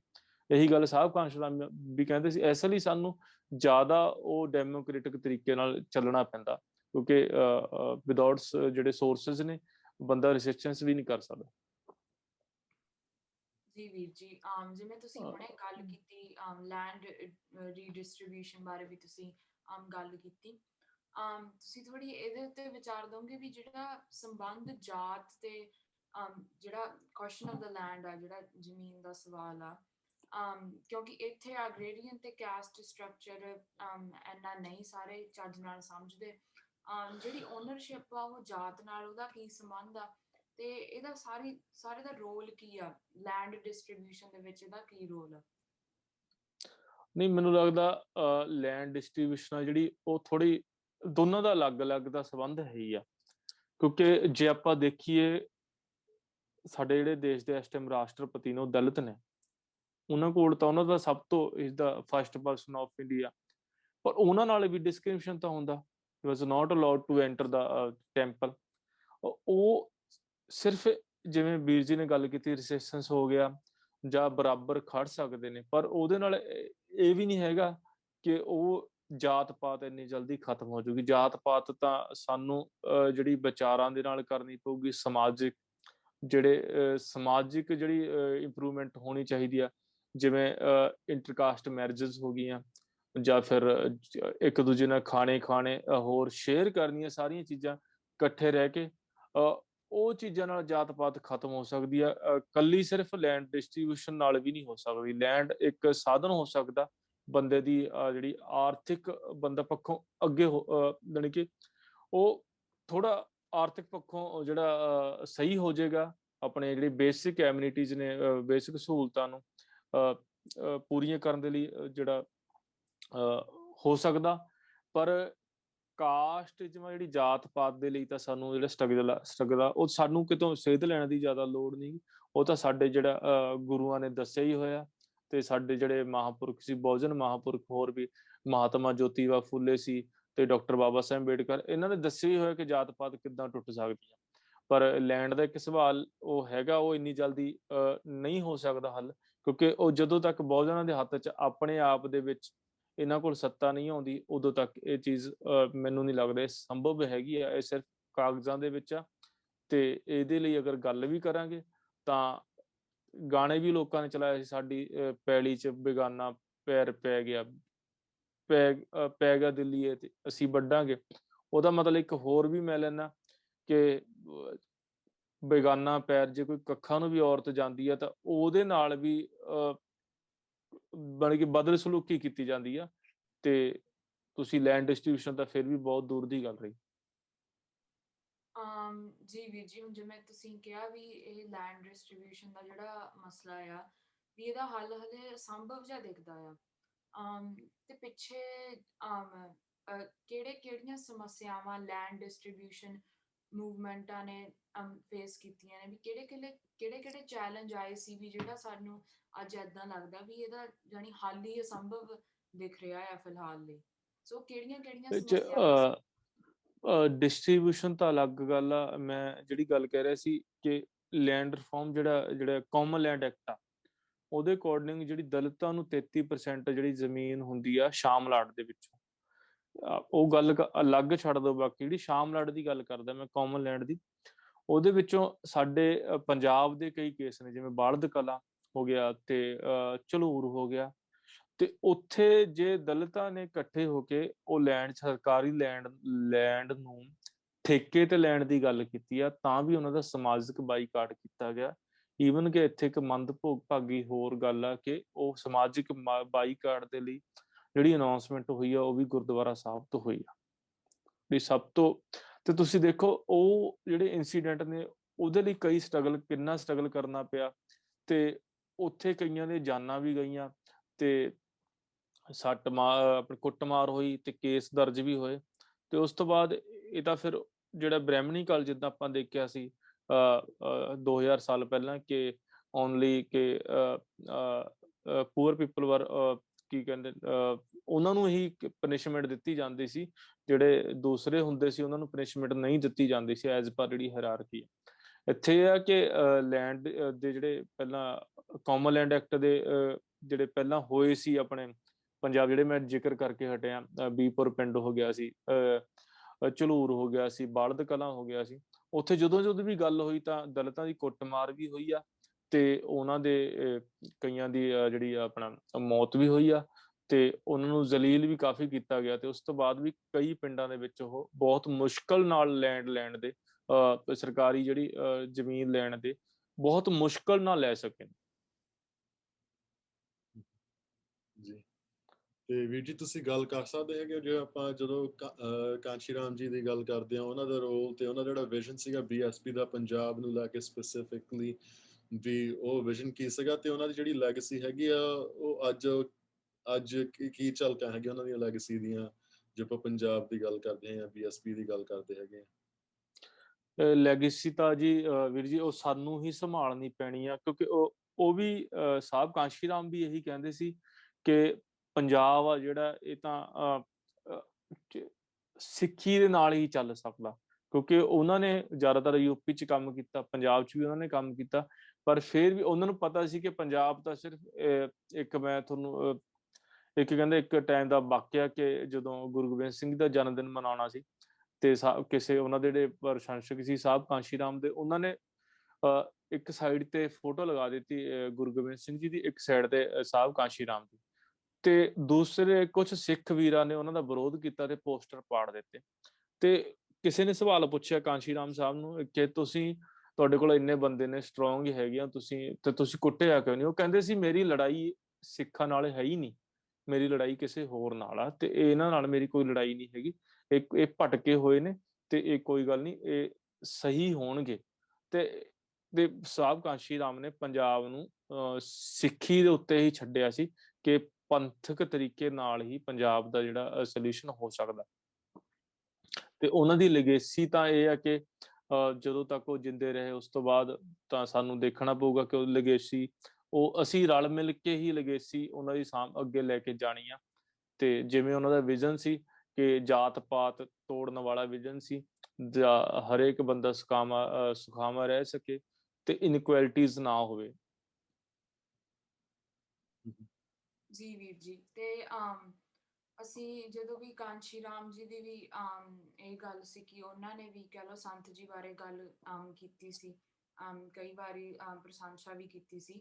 ਤੇ ਤੁਹਾਨੂੰ ਕੀ ਲੱਗਦਾ ਕਿ ਇੱਥੇ ਕੀ ਸੰਬੰਧ ਆ ਬਹੁਜਨ ਤੇ ਜਿਹੜੀ ਸਿੱਖ ਐਕਟਿਵਿਜ਼ਮ ਆ, ਇਹਦੇ 'ਚ ਸੰਬੰਧ ਕੀ ਆ? ਕਿਉਂਕਿ ਬ੍ਰੌਡਰ ਕੰਟੈਕਸਟ ਤੇ ਜਿਹੜੀ ਸਟਰਗਲ ਆ ਉਹ ਤਾਂ ਅਗੇਂਸਟ ਦਿੱਲੀ ਤਖਤ ਦੇ ਰਹੀ ਆ। ਸੋ ਇੱਥੇ ਕੀ ਸੰਬੰਧ ਆ, ਉਹਦੇ ਬਾਰੇ ਤੁਸੀਂ ਆਪਣੇ ਵਿਚਾਰ ਰੱਖੋ। ਇਹ ਆਪਾਂ ਜਿਵੇਂ ਦੇਖਦੇ ਹਾਂ ਕਿ ਸਿੱਖ ਧਰਮ ਦਾ ਤਾਂ ਜਿਹੜਾ ਉਥਾਨ ਹੀ ਬ੍ਰਾਹਮਣਿਜ਼ਮ ਦੇ ਖਿਲਾਫ ਹੋਇਆ, ਐਸੇ ਤਰ੍ਹਾਂ ਜਿਹੜੀ ਬਹੁਜਨ ਦੀ ਜਿਹੜੀ ਸਾਹਿਬ ਕਾਂਸ਼ੀ ਰਾਮ ਦੀ ਮੂਵਮੈਂਟ ਵੀ, ਉਹਨਾਂ ਦਾ ਵੀ ਜਿਹੜਾ ਵਿਰੋਧ, ਜਿਹੜੀ ਉਹਨਾਂ ਦੀ ਵੀ ਲੜਾਈ ਸੀ, ਇਹ ਜਿਹੜਾ ਵਿਪਰਵਾਦੀ ਜਿਹੜੀਆਂ ਉਹਨਾਂ ਦੇ ਖਿਲਾਫ ਹੀ ਸੀ। ਤਾਂ ਇਸੇ ਤਰ੍ਹਾਂ ਜਿਹੜਾ ਸਿੱਖਾਂ ਦਾ ਵੀ ਉਹਨਾਂ ਦੇ, ਉਹ ਜਾਣੀ ਕਿ ਦੋਨਾਂ ਦਾ ਦੁਸ਼ਮਣ ਹੀ ਇੱਕ ਸੀ। ਆਪਾਂ ਅਗਰ ਗੁਰੂ ਗ੍ਰੰਥ ਸਾਹਿਬ ਵੀ ਦੇਖਦੇ ਹਾਂ ਤਾਂ ਉਹਨਾਂ ਨੇ ਵੀ ਆਪਣਾ ਇਕੁਐਲਿਟੀ ਦੀ ਗੱਲ ਕੀਤੀ ਆ, ਤੇ ਗੁਰੂ ਰਵਿਦਾਸ ਨੇ ਗੱਲ ਕੀਤੀ ਹੈ, ਐਸਾ ਚਾਹੂੰ ਰਾਜ ਮੈਂ ਜਹਾਂ ਮਿਲਨ ਸਮਨ ਕੋ ਅੰਨ, ਤੇ ਉਹਨਾਂ ਨੇ ਵੀ ਬੇਗਮਪੁਰੇ ਦੀ ਗੱਲ ਕੀਤੀ ਆ। ਇਹ ਸਾਰੀਆਂ ਚੀਜ਼ਾਂ ਇਸ ਕਰਕੇ ਇਹਨਾਂ ਨੂੰ ਕੋਰਿਲੇਟ ਕਰਕੇ ਅਸੀਂ ਦੇਖ ਸਕਦੇ ਹਾਂ ਕਿ ਸਾਡਾ ਜਿਹੜਾ ਮਿਸ਼ਨ ਆ ਇਹ ਸਾਰਾ ਇੱਕੋ ਹੀ ਆ, ਤੇ ਜਿਹੜੇ ਦੁਸ਼ਮਣ ਵੀ ਨੇ ਉਹ ਵੀ ਇੱਕ ਹੀ ਨੇ, ਜਿਹੜੇ ਇਹ ਤੋੜਨ ਦੀ ਕੋਸ਼ਿਸ਼ ਕਰ ਰਹੇ ਨੇ। ਇਸੇ ਤਰੀਕੇ ਨਾਲ ਸਾਹਿਬ ਕਾਂਸ਼ੀ ਰਾਮ ਵੀ ਚਾਹੁੰਦੇ ਸੀ ਕਿ ਅਸੀਂ ਇਕੱਠੇ ਹੋ ਕੇ ਕੰਮ ਕਰੀਏ, ਤੇ ਕੁਝ ਜਾਣੀ ਕਿ ਸੋਰਸ, ਲੈਕ ਆਫ ਸੋਰਸਸ, ਕਿਉਂਕਿ ਜਿਹੜੇ ਦਲਿਤ ਨੇ ਇਹਨਾਂ ਕੋਲ ਸੋਰਸਸ ਘੱਟ ਨੇ, ਤੇ ਇਹਨਾਂ ਦਾ ਤਰੀਕਾ ਅਲੱਗ ਹੋਵੇ, ਕੰਮ ਕਰਨ ਦਾ ਤਰੀਕਾ ਅਲੱਗ ਆ। ਤੇ ਜਿਹੜੇ ਆਪਣੇ ਦੂਸਰੀਆਂ ਸੰਸਥਾਵਾਂ ਸੀ, ਸਿੱਖ ਜਥੇਬੰਦੀਆਂ ਸੀ, ਉਹਨਾਂ ਕੋਲ ਸਾਧਨ ਹੋਣ ਦੇ ਕਾਰਨ ਇਕਨੋਮਿਕ ਸੋਰਸਸ ਹੈਗੇ ਸੀ, ਇਸ ਕਰਕੇ ਉਹਨਾਂ ਦਾ ਤਰੀਕਾ ਵੱਖਰਾ ਸੀ ਕੰਮ ਕਰਨ। ਜੀ, ਤੇ ਅੱਜ ਇਹ ਕੋਈ ਲਾਈਕ ਰਿਲੇਸ਼ਨਸ਼ਿਪ ਸੰਬੰਧ ਅੱਜ ਕਿਵੇਂ ਹੈਗਾ ਆ, ਕਿਵੇਂ ਦੇਖ ਰਿਹਾ ਹੈ ਬਹੁਜਨ ਤੇ ਪੰਥਕ ਧਿਰਾਂ ਦਾ ਜਾਂ ਸਿੱਖ ਜਥੇਬੰਦੀਆਂ ਦਾ? ਅੱਜ ਕੀ ਉਹਦੀ ਇਮੇਜ ਆ, ਕਿ ਕੋਈ ਰਿਲੇਸ਼ਨਸ਼ਿਪ ਉਹਨਾਂ ਦਾ ਅੱਜ ਕਿਵੇਂ ਦਿਖ ਰਿਹਾ, ਤੇ ਅੱਗੇ ਲਈ ਵੀ ਜੇ ਕੋਈ ਪੋਸੀਬਿਲਿਟੀਆਂ ਕੁਝ ਦਿਖ ਰਿਹਾ ਤੁਹਾਨੂੰ ਵੀ ਸ਼ਾਇਦ ਅੱਗੇ ਸੰਬੰਧ ਜ਼ਿਆਦਾ ਬਣੇ, ਉਹਦੇ ਬਾਰੇ ਵਿਚਾਰ ਰੱਖੋ। ਮੈਂ ਇਹਨੂੰ ਥੋੜਾ ਰਿਲੇਟ ਕਰਾਂਗਾ ਜਿਹੜਾ ਕਿਸਾਨ ਮੋਰਚਾ, ਉਹਦੇ ਨਾਲ ਰਿਲੇਟ ਕਰਾਂਗੇ। ਅਗਰ ਆਪਾਂ ਵਿਜ਼ਿਟ ਕਰੀਏ ਕਿਸਾਨ ਮੋਰਚੇ 'ਚ, ਅਸੀਂ ਉੱਥੇ ਦੇਖਾਂਗੇ ਕਿ ਉਹ ਬੇਗਮਪੁਰੇ ਵਾਂਗੂ ਲੱਗ ਰਿਹਾ, ਜਿਹੜਾ ਗੁਰੂ ਰਵਿਦਾਸ ਦਾ ਸੰਕਲਪ ਸੀ, ਤੇ ਉਹ ਆਪਣਾ ਜਿਹੜਾ ਗੁਰੂ ਗ੍ਰੰਥ ਸਾਹਿਬ ਦਾ ਸੰਕਲਪ ਸੀ। ਤੇ ਉੱਥੇ ਆਪਾਂ ਜਾਵਾਂਗੇ, ਸਾਨੂੰ ਜਿਵੇਂ ਸਾਰੇ ਇਕੱਠੇ ਲੰਗਰ ਛਕਦੇ ਨੇ, ਕੋਈ ਕਾਸਟਿਜ਼ਮ ਦੀ ਗੱਲ ਨਹੀਂ ਹੋ ਰਹੀ, ਕੋਈ ਸਾਰੇ ਇਕੱਠੇ ਜਾ ਰਹੇ। ਅਗਰ ਰਾਤ ਨੂੰ ਕੋਈ ਬੀਬੀ ਰਾਤ ਨੂੰ ਇਕੱਲੀ ਵੀ ਜਾਵੇਗੀ ਤਾਂ ਵੀ ਉਹਨੂੰ ਬਿਲਕੁਲ ਸੇਫ ਮਹਿਸੂਸ ਕਰੇਗੀ। ਤੇ ਇਸੇ ਤਰੀਕੇ ਨਾਲ ਮੈਨੂੰ ਲੱਗਦਾ ਇਹ ਪੰਜਾਬ ਦੇ ਵਿੱਚ ਵੀ, ਤੇ ਹੁਣ ਦੇਖਿਆ ਕਿ ਜਿਹੜੇ ਜਾਣੀ ਕਿ ਦਲਿਤਾਂ ਨੂੰ ਪਹਿਲਾਂ ਵਰਗਲਾਇਆ ਜਾਂਦਾ ਸੀ ਜ਼ਿਆਦਾਤਰ, ਈਵਨ ਕਿ ਮੈਨੂੰ ਲੱਗਦਾ ਜਿਹੜੇ ਹਿੰਦੂ ਵੀਰ ਵੀ ਸੀ ਉਹ ਵੀ ਸਮਝਣ ਲੱਗ ਗਏ ਨੇ ਕਿ ਜਿਹੜਾ ਇਹ ਆਪਣਾ ਬੀਜੇਪੀ ਗਵਰਨਮੈਂਟ, ਆਰਐਸਐਸ ਦਾ ਜਿਹੜਾ ਏਜੰਡਾ, ਇਹ ਏਜੰਡਾ ਲੋਕਾਂ ਦੇ ਵਿੱਚ ਪਾੜਾ ਵਧਾਉਣ ਦਾ ਏਜੰਡਾ। ਪਰ ਦਲਿਤਾਂ ਨੂੰ ਤਾਂ ਬਿਲਕੁਲ ਸਾਫ਼ ਹੀ ਸਮਝ ਆ ਕਿ ਜਿਹੜਾ ਸਾਡਾ ਪੰਜਾਬ ਆ, ਪੰਜਾਬ ਦੀ ਜਿਹੜੀ ਲੈਗੇਸੀ ਆ, ਪੰਜਾਬ ਦੀ ਜਿਹੜਾ ਵਿਰਸਾ, ਉਹ ਸਿੱਖੀ ਦੇ ਨਾਲ ਆ। ਤੇ ਪੰਜਾਬ ਜਿਹੜੀ ਬਹੁਜਨ ਸਾਹਿਬ ਕਾਂਸ਼ੀ ਰਾਮ ਨੇ ਗੱਲ ਕੀਤੀ ਸੀ, ਸਾਰੇ ਜਿਹੜੇ ਸਾਰੀਆਂ ਧਿਰਾਂ ਨੂੰ ਨਾਲ ਲੈ ਕੇ ਚੱਲਣ ਦਾ ਹੈਗੀ ਹੈ। ਬਹੁਜਨ ਦੇ ਵਿੱਚ ਸਾਰੇ ਆ ਜਾਂਦੇ ਨੇ, ਸਾਰੀਆਂ ਜਾਤਾਂ ਧਰਮਾਂ ਦੇ ਲੋਕ ਆ ਜਾਂਦੇ ਨੇ। ਤੇ ਇਨ ਫਿਊਚਰ ਸਾਨੂੰ ਲੱਗ ਰਿਹਾ, ਉਮੀਦ ਆ ਕਿ ਅਸੀਂ ਇਕੱਠੇ ਹੋ ਕੇ ਅੱਗੇ ਕਰ ਸਕਾਂਗੇ, ਗੱਲ ਕਰ ਸਕਾਂਗੇ ਤੇ ਆਪਣਾ ਜਿਹੜਾ ਲੋਕਾਂ ਦੇ ਜਿਹੜੇ ਹਾਲਾਤ ਨੇ ਸੰਵਾਰ ਸਕਾਂਗੇ। ਪਰ ਉਹਦੇ ਲਈ ਹੈ ਕਿ ਜਿਹੜੀਆਂ ਦੋਨੀ ਧਿਰਾਂ ਵੱਲੋਂ ਪਹਿਲ ਕਰਨੀ ਪਵੇਗੀ। ਪਹਿਲ ਜਦੋਂ ਤੱਕ ਨਹੀਂ ਹੁੰਦੀ ਤੇ ਮੈਨੂੰ ਲੱਗਦਾ ਜਿਹੜੇ ਪੰਥਕ ਜਥੇਬੰਦੀਆਂ ਨੇ ਉਹਨਾਂ ਨੂੰ ਵੀ ਆਪਣੇ ਜਿਹੜੇ ਮੈਸੇਜ ਦੇਣੇ ਪੈਣਗੇ, ਆਪਣੇ ਜਿਹੜੇ ਕੰਮ ਕਰਦੇ ਨੇ ਗਰਾਊਂਡ ਤੇ ਬੰਦੇ, ਕਿ ਜੇ ਕਿਤੇ ਕੋਈ ਏਦਾਂ ਦੀ ਅਟਰੋਸਿਟੀ ਜਿਹੜੀਆਂ ਆਪਾਂ ਡਿਸਕਸ ਕੀਤੀਆਂ ਨੇ, ਅਤਿਆਚਾਰ ਹੁੰਦਾ ਦਲਿਤਾਂ ਨਾਲ, ਤੇ ਜੇ ਕੋਈ ਕਰਦਾ ਤਾਂ ਉਹਨਾਂ ਨੂੰ ਸਮਝਾਇਆ ਜਾਵੇ, ਨਾ ਕਿ ਉਹਨੂੰ ਉਹ ਜ਼ਿਆਦਾਤਰ ਕੀ ਹੁੰਦਾ ਕਿ ਸਾਡੀ ਆਪਸੀ ਲੜਾਈ ਦੇ ਵਿੱਚ ਕੋਈ ਤੀਜਾ ਬੰਦਾ ਆ ਕੇ ਜਿਵੇਂ ਜਿਹੜਾ ਬ੍ਰਹਿਮਣੀਕਲ ਜਿਹੜਾ ਸਟਰਕਚਰ ਆ, ਜਿਹੜੇ ਵਿਪਰਵਾਦੀ, ਉਹ ਆ ਕੇ ਹੋਰ ਪਾੜਾ ਵਧਾਉਣ ਦੀ ਕੋਸ਼ਿਸ਼ ਕਰਦੇ ਨੇ। ਤੇ ਪਰ ਇਹ ਅਸੀਂ ਘਟਾ ਖੁਦ ਹੀ ਸਕਦੇ ਹਾਂ। ਦਲਿਤ ਤੇ ਜਿਹੜੇ ਆਪਣਾ ਸਾਰੀਆਂ ਜਥੇਬੰਦੀਆਂ ਇਕੱਠੇ ਹੋ ਕੇ, ਸਾਰੀਆਂ ਵਿਚਾਰਧਾਰਾ ਇਕੱਠੇ ਹੋ ਕੇ, ਸਾਡੀ ਆਪਸੀ ਲੜਾਈ ਆ ਤਾਂ ਅਸੀਂ ਆਪਸ ਚ ਬਹਿ ਕੇ ਡਿਸਕਸ ਕਰੀਏ ਤੇ ਆਪਸ ਉਹਨੂੰ ਸੁਲਝਾਈਏ, ਨਾ ਕੋਈ ਤੀਜਾ ਬੰਦਾ ਕਿਸੇ ਹੋਰ ਸਟੇਟ ਤੋਂ ਕਿਤੋਂ ਹੋਰ ਆ ਕੇ ਸਾਨੂੰ ਸਮਝਾਵੇ। ਉਹ ਕਿਉਂਕਿ ਸਮਝਾਊਗਾ ਨਹੀਂ, ਉਹਦੇ ਲਈ ਪਾੜਾ ਵਧਿਆ ਰਹਿਣਾ ਹੀ ਜ਼ਿਆਦਾ ਜਿਹੜਾ ਅਹਿਮੀਅਤ ਰੱਖਦਾ, ਕਿਉਂਕਿ ਉਹਨਾਂ ਨੇ ਆਪਣੇ ਏਜੰਡੇ ਪੂਰੇ ਕਰਨੇ।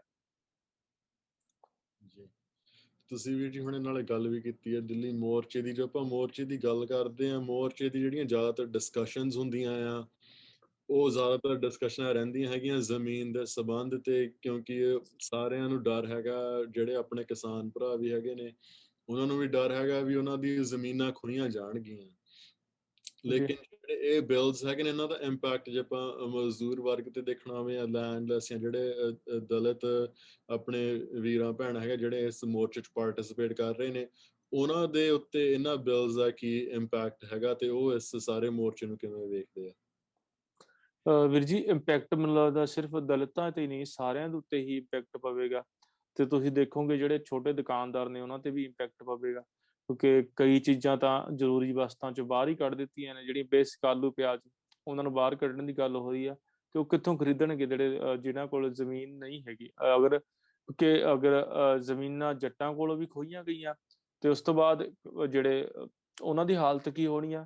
ਤੇ ਅਸੀਂ ਤਾਂ, ਸਾਡੀ ਹਾਲਤ ਤਾਂ ਇਹ ਹੋਊਗੀ ਪੰਜਾਬੀਆਂ ਦੀ, ਸਾਰੇ ਮਜ਼ਦੂਰਾਂ ਦੀ ਖਾਸ ਕਰਕੇ, ਕਿ ਉਹ ਤਾਂ ਕਿਤੇ ਮਾਈਗ੍ਰੇਟ ਵੀ ਨਹੀਂ ਕਰ ਸਕਦੇ ਕਿਤੇ ਹੋਰ ਜਗ੍ਹਾ, ਕਿਉਂਕਿ ਸਾਡੇ ਤਾਂ ਸਟੇਟ ਦੇ ਵਿੱਚ ਹੋਰ ਕਿਤੋਂ ਮਾਈਗ੍ਰੇਟ ਹੋ ਕੇ ਬੰਦੇ ਉੱਥੇ ਆਉਂਦੇ ਨੇ। ਅਸੀਂ ਤਾਂ ਕਿਤੇ ਮਾਈਗ੍ਰੇਟ ਵੀ ਨਹੀਂ ਕਰ ਸਕਾਂਗੇ ਤੇ ਨਾ ਹੀ ਸਾਡੇ ਕੋਲ ਹੋਰ ਸਾਧਨ ਹੈਗੇ ਨੇ। ਅਗਰ ਦੇਖੀਏ ਜਿਨ੍ਹਾਂ ਕੋਲ, ਕਿਉਂਕਿ ਬਾਹਰ ਗਏ ਹੋਏ ਨੇ ਜ਼ਿਆਦਾਤਰ ਬੰਦੇ, ਉਹ ਤਾਂ ਇੱਕ ਦੂਜੇ ਨੂੰ ਲਿਜਾ ਵੀ ਸਕਦੇ ਨੇ, ਬਟ ਮਜ਼ਦੂਰਾਂ ਦੀ ਤਾਂ ਹੋਰ ਵੀ ਬੁਰੀ ਹਾਲਤ ਹੋ ਜਾਵੇਗੀ, ਕਿਉਂਕਿ ਉਹ ਡਿਪੈਂਡ ਕਰਦੇ ਨੇ, ਉਹਨਾਂ ਨੂੰ ਉੱਥੋਂ ਖੇਤੀ ਦੇ ਵਿੱਚੋਂ ਹੀ ਉਹਨਾਂ ਨੂੰ ਜਿਹੜਾ ਰੁਜ਼ਗਾਰ ਮਿਲਦਾ। ਤੇ ਇਸ ਕਰਕੇ ਇਹ ਸਾਰੇ ਜਿਹੜੇ ਵਰਗਾਂ ਨੂੰ ਇੰਪੈਕਟ ਪੈਣ ਵਾਲਾ, ਅਗਰ ਇਹ ਜਿਹੜੀ ਸਰਕਾਰ ਦੇ ਜਿਹੜੇ ਇਹ ਕਾਨੂੰਨ ਨੇ ਇੰਪਲੀਮੈਂਟ ਹੋ ਗਏ। ਜੀ ਬਿਲਕੁਲ ਸਹੀ ਵੀਰ ਜੀ। ਤੇ ਅੱਗੇ ਸਾਡੇ ਕੋਲ ਸੰਗਤ ਵੱਲੋਂ ਸਵਾਲ ਨੇ ਜਿਹੜੇ, ਉਹਨਾਂ ਬਾਰੇ ਅਸੀਂ ਗੱਲਬਾਤ ਕਰਾਂਗੇ ਹੁਣ। ਤੇ ਪਹਿਲਾ ਸਵਾਲ ਇਹ ਹੈ ਵੀ ਤੁਹਾਡਾ ਐਕਸਪੀਰੀਅੰਸ ਕੀ ਰਿਹਾ ਵੀ ਕਾਲਜ ਦੇ ਵਿੱਚ ਸਟੂਡੈਂਟਾਂ ਨਾਲ ਗੱਲਬਾਤ ਕਰਨੀ, ਆਰਗੇਨਾਈਜ਼ ਕਰਨ 'ਚ। ਤੇ ਕਿਉਂਕਿ ਏਦਾਂ ਲੱਗਦਾ ਕਿ ਅੱਜ ਕੱਲ੍ਹ ਯੂਨੀਵਰਸਿਟੀਆਂ ਹੀ ਕਿਤੇ ਨਾ ਕਿਤੇ ਕਹਿ ਲਓ ਇੱਕ ਜੰਗ ਦਾ ਮੈਦਾਨ ਬਣ ਜਾਂਦੀਆਂ ਨੇ ਇੰਡੀਅਨ ਨੈਸ਼ਨਲਿਜ਼ਮ ਤੇ ਜਿਹੜਾ ਫੈਸਿਜ਼ਮ ਆ ਉਹਦੇ ਖਿਲਾਫ, ਕਿਉਂਕਿ ਜ਼ਿਆਦਾ ਜੋਸ਼ ਕਹਿ ਲਓ ਜਵਾਨੀ 'ਚ ਆਉਂਦਾ ਆ ਤੇ ਕਿਤੇ ਨਾ ਕਿਤੇ ਫਿਰ ਉਹ ਉਹਨਾਂ ਦੇ ਸਕੂਲਾਂ ਕਾਲਜਾਂ 'ਚ ਝਲਕਣ ਲੱਗ ਜਾਂਦੀ ਹੈ ਇਮੇਜ। ਸੋ ਤੁਹਾਡਾ ਕੀ ਇਹਦੇ ਬਾਰੇ ਕੀ ਐਕਸਪੀਰੀਅੰਸ ਰਿਹਾ ਤੁਹਾਡਾ? ਤੇ ਮੈਨੂੰ ਇੱਕ ਇਹ ਲੱਗ ਰਿਹਾ ਸੀ ਕਿ ਸ਼ਾਇਦ 5-6 ਸਾਲਾਂ ਤੋਂ ਕਿ ਜਿਹੜੇ ਸਟੂਡੈਂਟ ਸੀ ਉਹ ਇਕੱਠੇ ਤਾਂ ਹੋ ਜਾਂਦੇ ਸੀ। ਮੈਂ ਪੰਜਾਬ ਦੀ ਸਿਰਫ ਗੱਲ ਕਰਾਂਗਾ, ਅਗਰ ਸੈਂਟਰਲ ਯੂਨੀਵਰਸਿਟੀਆਂ ਦੇ ਤਾਂ ਅਲੱਗ ਮਸਲੇ ਨੇ ਤੇ ਸਾਡੇ ਅਲੱਗ ਮਸਲੇ ਨੇ। ਤੇ ਉਹ ਜਿਹੜੇ ਉਹਨਾਂ ਦੇ ਜਿਹੜੇ ਜ਼ਿਆਦਾਤਰ ਜਿੱਦਾਂ ਫਿਲਮਾਂ 'ਚ, ਪਹਿਲੀ ਗੱਲ ਤਾਂ ਆਪਾਂ ਵਾਰ-ਵਾਰ ਗੱਲ ਕਰਦੇ ਹਾਂ ਕਲਚਰ ਦੀ, ਸਾਡਾ ਕਲਚਰ ਹੀ ਇਸ ਤਰੀਕੇ ਨਾਲ ਦਿਖਾਉਂਦਾ ਸੀ ਕਿ ਸ਼ਾਇਦ ਯੂਨੀਵਰਸਿਟੀਆਂ 'ਚ ਸਟੂਡੈਂਟ ਨੇ ਜਿਹੜੇ ਪ੍ਰਧਾਨ ਬਣ ਜਾਂਦੇ ਨੇ, ਉਹ ਫਿਰ ਗੱਡੀਆਂ 'ਚ ਘੁੰਮਣਗੇ, ਫਿਰ ਉਹ ਆਪਣਾ ਕਲੱਬਾਂ ਜਾਣਗੇ, ਜਿੱਦਾਂ ਦਾ ਦਿਖਾਇਆ ਜਾਂਦਾ। ਪਰ ਇੱਥੇ ਜਿਹੜੀ ਆਪਣੀ ਲਾਈਫ ਆ ਉਹ ਡਿਫਰੈਂਟ ਆ। ਇੱਥੇ ਸਾਨੂੰ ਜਿਹੜੀ ਸਟੂਡੈਂਟਸ ਆਰਗੇਨਾਈਜੇਸ਼ਨਾਂ ਨੇ, ਉਹਨਾਂ ਦੇ ਇਕੱਠੇ ਹੋਣ ਦਾ ਮਤਲਬ ਇਹੀ ਹੁੰਦਾ ਕਿ ਅਸੀਂ ਕੁਛ ਕਰ ਸਕੀਏ ਸਮਾਜ ਦੇ ਲਈ। ਜਿਵੇਂ ਅਸੀਂ ਹੁਣ ਬੀਇੰਗ ਏ ਸਟੂਡੈਂਟ, ਸਾਨੂੰ ਇਹ ਹੁੰਦਾ ਸੀ ਕਿ ਅਸੀਂ ਐਜੂਕੇਸ਼ਨ ਕਿਸ ਤਰ੍ਹਾਂ ਹੋਰ ਵਧੀਆ ਬਣਾਈ ਜਾ ਸਕਦੀ ਆ ਉਹ ਕਰੀਏ। ਤੇ ਉਸ ਤੋਂ ਇਲਾਵਾ ਜਿਹੜੇ ਇਸ ਤੋਂ ਯੂਨੀਵਰਸਿਟੀ ਤੋਂ ਬਾਹਰਲੇ ਮਸਲੇ ਸੀ, ਜਦੋਂ ਦੀ ਇਹ ਗਵਰਨਮੈਂਟ ਆਈ ਆ ਉਸ ਤੋਂ ਬਾਅਦ ਸਟੂਡੈਂਟ ਮੈਨੂੰ ਲੱਗਦਾ ਯੂਨੀਵਰਸਿਟੀਆਂ ਚ ਕਾਲਜਾਂ ਚ ਬਾਹਰ ਜਾ ਕੇ ਕੰਮ ਕਰਨ ਲੱਗੇ ਨੇ। ਜਿੱਦਾਂ ਤੁਸੀਂ ਦੇਖਿਆ ਹੋਵੇਗਾ ਕਿ ਸਿਟੀਜ਼ਨਸ਼ਿਪ ਅਮੈਂਡਮੈਂਟ ਐਕਟ ਜਦੋਂ ਬੀਜੇਪੀ ਗਵਰਨਮੈਂਟ ਨੇ ਇੰਟਰੋਡਿਊਸ ਕੀਤਾ ਸੀ, ਉਸ ਤੋਂ ਬਾਅਦ ਸਾਰੀਆਂ ਯੂਨੀਵਰਸਿਟੀਆਂ ਕਾਲਜਾਂ ਦੇ ਸਟੂਡੈਂਟ ਯੂਨੀਵਰਸਿਟੀ ਕਾਲਜਾਂ ਦੇ ਜਿਹੜੇ ਕੈਂਪਸਾਂ ਚੋਂ ਬਾਹਰ ਆ ਕੇ ਗੱਲ ਕਰਨ ਲੱਗੇ ਸੀ ਸਮਾਜ ਦੀ। ਇਸ ਤੋਂ ਪਹਿਲਾਂ ਤਾਂ ਸਟੂਡੈਂਟ ਜ਼ਿਆਦਾਤਰ ਕਾਲਜਾਂ ਦੇ ਵਿੱਚ ਹੀ, ਮੈਨੂੰ ਜਿੱਥੋਂ ਤੱਕ ਮੇਰਾ ਐਕਸਪੀਰੀਅੰਸ ਆਪਾਂ 5-7 ਸਾਲਾਂ ਦਾ, ਕਿ ਅਸੀਂ ਯੂਨੀਵਰਸਿਟੀਆਂ ਦੇ ਵਿੱਚ ਹੀ ਯੂਨੀਵਰਸਿਟੀਆਂ ਦੇ ਮੁੱਦਿਆਂ ਨੂੰ ਹੀ ਉੱਥੇ ਤੱਕ ਹੀ ਡਿਸਕਸ ਕਰਦੇ ਸੀ। ਹੁਣ ਬਾਹਰ ਵੀ ਜਾਣ ਲੱਗੇ ਆ। ਤੇ ਦੂਜੀ ਤੇ ਮੈਨੂੰ ਲੱਗਦਾ ਵੀ ਕਿ ਮੂਵਮੈਂਟ ਵਾਲੀ ਜ਼ਰੂਰੀ ਨਹੀਂ ਵੀ ਸਟੂਡੈਂਟ ਹੀ ਅੱਗੇ ਹੋ ਕੇ ਕੰਮ ਕਰਨ। ਜਿਹੜਾ ਹੁਣ ਇਹ ਮੋਰਚਾ ਚੱਲ ਰਿਹਾ, ਕਿਸਾਨ ਮੋਰਚਾ ਚੱਲ ਰਿਹਾ, ਅਸੀਂ ਦੇਖਿਆ ਕਿ 80-80, 90-90 ਸਾਲਾਂ ਦੇ ਜਿਹੜੇ ਬਾਬੇ ਨੇ ਉਹ ਮੂਹਰੇ ਹੋ ਕੇ ਲੀਡ ਕਰ ਰਹੇ ਨੇ। ਤੇ ਉਹਨਾਂ ਤੋਂ ਸਾਨੂੰ ਸੇਧਾਂ ਮਿਲੀਆਂ ਨੇ ਜਿਹੜੇ ਅਸੀਂ ਸਟੂਡੈਂਟ ਮੈਂ ਕਈ ਸਟੂਡੈਂਟ ਨਾਲ ਸਾਡੇ ਸਟੂਡੈਂਟਸ ਨੇ, ਕਈ ਉੱਥੇ ਪਟਿਆਲੇ ਤੋਂ ਵੀ ਆਏ ਹੋਏ ਨੇ, ਚੰਡੀਗੜ੍ਹ ਤੋਂ ਵੀ, ਹੋਰ ਯੂਨੀਵਰਸਿਟੀਆਂ ਤੋਂ ਵੀ ਉੱਥੇ ਸਟੂਡੈਂਟ ਘੁੰਮਦੇ ਹੁੰਦੇ ਨੇ। ਤੇ ਉਹ ਜਿਹੜੇ ਇੱਕ ਅਸੀਂ ਸੇਫ ਜ਼ੋਨ ਦੇ ਵਿੱਚ ਬੈਠ ਕੇ ਹੀ ਗੱਲ ਕਰਦੇ ਹੁੰਦੇ ਸੀ ਯੂਨੀਵਰਸਿਟੀਆਂ ਕਾਲਜਾਂ 'ਚ, ਕਿ ਬਸ ਡਿਸਕਸ਼ਨ ਕਰ ਲਈ, ਥੋੜਾ ਨਾਅਰੇ ਲਾ ਦਿੱਤੇ, ਕਿ ਉਹ ਅੱਜ ਅਸੀਂ ਗਰਾਊਂਡ ਤੇ ਜਾ ਕੇ ਯੂਨੀਵਰਸਿਟੀ ਤੋਂ ਬਾਹਰ ਨਿਕਲਦੇ ਹੀ ਨਹੀਂ ਸੀ। ਉਹ ਅੱਜ ਅਸੀਂ ਜਾ ਕੇ ਉਸ ਮੋਰਚੇ 'ਚ ਬੈਠੇ ਹਾਂ। ਤੇ ਉੱਥੇ ਇੱਕ ਬੰਦਾ ਕਈ ਵਾਰ ਮੋਰਚੇ ਤੋਂ ਘਰੇ ਆ ਜਾਂਦਾ ਤਾਂ ਉਹਨੂੰ ਲੱਗਦਾ ਹੁੰਦਾ ਕਿ ਮੇਰੇ ਤੋਂ ਬਾਅਦ ਸ਼ਾਇਦ ਬਲੀ ਨਾ ਵਾਪਸ ਹੋ ਜਾਣ, ਕਿ ਉਹ ਲੱਗਦਾ ਕਿ ਮੇਰੀ ਪ੍ਰੈਜ਼ੈਂਸ ਹੋਣੀ ਚਾਹੀਦੀ ਹੈ ਉੱਥੇ। ਤੇ ਇਸ ਮੂਵਮੈਂਟ ਦੇ ਨਾਲ ਤਾਂ ਜਿਹੜਾ ਮੋਡ ਆਫ ਜਿਹੜਾ ਵਰਕਿੰਗ ਉਹ ਜ਼ਿਆਦਾ ਚੇਂਜ ਹੋਇਆ। ਤੇ ਬਾਕੀ ਜਿਹੜੀ ਤੁਸੀਂ ਗੱਲ ਕੀਤੀ ਸੀ ਮੂਵਮੈਂਟ ਸਟੂਡੈਂਟ ਜੁੜਦੇ ਨੇ, ਜੁੜਨ ਦੇ ਤਾਂ ਇਹੀ ਆ ਕਿ ਇਹ ਜਦੋਂ ਦੀ ਬੀਜੇਪੀ ਗਵਰਨਮੈਂਟ ਆਈ ਆ ਉਸ ਤੋਂ ਬਾਅਦ ਸਟੂਡੈਂਟਸ ਦੇ ਜਿਹੜੇ ਵਿਜ਼ਨ ਨੇ ਮੈਨੂੰ ਲੱਗਦਾ ਹੋਰ ਜ਼ਿਆਦਾ ਕਲੀਅਰ ਹੋਏ ਨੇ। ਇਸ ਤੋਂ ਪਹਿਲਾਂ ਤਾਂ ਸਿਰਫ ਉਸੇ ਲਈ ਜੁੜਦੇ ਹੁੰਦੇ ਸੀ, ਗੱਡੀਆਂ ਘੁੰਮ ਲੀਆਂ, ਪਾਰਟੀਆਂ ਕਰ ਲਈਆਂ, ਕਲੱਬਾਂ ਚਲੇ ਗਏ, ਟੂਰ ਤੇ ਚਲੇ ਗਏ। ਤੇ ਹੁਣ ਥੋੜਾ ਜਿਹੜੀ ਆਪਣਾ ਇੱਕ ਵਿਜ਼ਨ ਬੇਸਡ ਪੋਲੀਟਿਕਸ ਜਿਹੜੀ ਸਟੂਡੈਂਟਸ ਦੀ ਉਹ ਹੋਣ ਲੱਗੀ ਹੈ ਐਜ਼ ਪਰ ਮਾਈ, ਜਿਹੜੇ ਮੇਰੇ ਵਿਚਾਰਾਂ ਦੇ ਹਿਸਾਬ ਨਾਲ। ਵੀਰ ਜੀ, ਇੱਕ ਸੰਗਤ ਵੱਲੋਂ ਸਵਾਲ ਆਇਆ ਹੈਗਾ ਵੀ ਤੁਸੀਂ ਜਿਹੜਾ ਭੀਮਾ ਕੋਰੇਗਾਂਵ ਇੰਸੀਡੈਂਟ ਸੀਗਾ, ਜੇ ਜਿਹੜੇ ਦਲਿਤ ਇੰਟੈਲੈਕਚੁਅਲ ਜਿਹੜੇ ਸਟੇਟ ਅਟਰੋਸਿਟੀਜ਼ ਦਾ ਸਾਹਮਣਾ ਕਰ ਰਹੇ ਨੇ, ਜੇ ਤੁਸੀਂ ਉਹਨਾਂ ਬਾਰੇ ਸੰਗਤਾਂ ਦੇ ਨਾਲ ਥੋੜਾ ਜਿਹਾ ਬਰੀਫ ਜਾਣਕਾਰੀ ਸਾਂਝੀ ਕਰ ਸਕਦੇ ਹੋ। ਉਹ ਵੀ ਐਂ ਸੀ ਜੀ, ਜਿਵੇਂ ਆਪਾਂ ਦੇਖਿਆ ਕਿ ਇਹਨਾਂ ਨੇ ਭੀਮਾ ਕੋਰੇਗਾਂਵ ਦਾ ਤਾਂ ਸਾਨੂੰ ਹਿਸਟਰੀ ਪਤਾ ਕਿ ਪੇਸ਼ਵਾ ਨਾਮਾ ਜਿਹੜੀ ਲੜਾਈ ਹੋਈ ਸੀ, ਉਹ ਜਦੋਂ ਉਹਦੀ ਯਾਦਗਾਰੀ ਮਨਾਉਣ ਦੇ ਲਈ ਗਏ ਸੀ, ਉਹਨਾਂ ਨੂੰ ਜਿਹੜੇ ਉਹ ਲਿੰਕ 'ਚ ਆਏ ਨੇ ਉਹਨਾਂ ਨੂੰ ਦਬਾਉਣ ਦੇ ਲਈ, ਜਿਵੇਂ ਆਪਾਂ ਪਹਿਲਾਂ ਗੱਲ ਕਰ ਚੁੱਕੇ ਹਾਂ ਕਿ ਜਦੋਂ ਕੋਈ ਬੰਦਾ ਆਪਣੇ ਰਾਈਟਸ ਦੀ ਗੱਲ ਕਰਦਾ ਤਾਂ ਉਹਨੂੰ ਦਬਾਇਆ ਜਾਂਦਾ ਸਾਡੀ ਜਿਹੜੀ ਸਰਕਾਰ ਵੱਲੋਂ ਆ। ਉਹਨੂੰ ਦਬਾਉਣ ਦੇ ਲਈ ਉਹਨਾਂ ਨੂੰ ਅਰਬਨ ਨਕਸਲ ਕਹਿ ਕੇ ਚੁੱਕਿਆ ਗਿਆ ਸੀ। ਤੇ ਰੀਸੈਂਟਲੀ ਇੱਕ ਨਿਊਜ਼ ਆਈ ਆ, ਤੁਸੀਂ 2-3 ਦਿਨਾਂ 'ਚ ਦੇਖਿਆ ਹੋਊਗਾ, ਕਿ US ਬੇਸਡ ਏਜੰਸੀ ਨੇ ਇਹ ਦੱਸਿਆ ਕਿ ਕਿਸ ਤਰੀਕੇ ਨਾਲ ਇੱਕ ਜਿਹੜਾ ਦਲਿਤ ਐਕਟਿਵਿਸਟ ਸੀ ਉਹਦੇ ਜਿਹੜੇ ਕੰਪਿਊਟਰ ਸੀ ਈਮੇਲਾਂ ਦੇ ਵਿੱਚ ਉਹਨਾਂ ਨੇ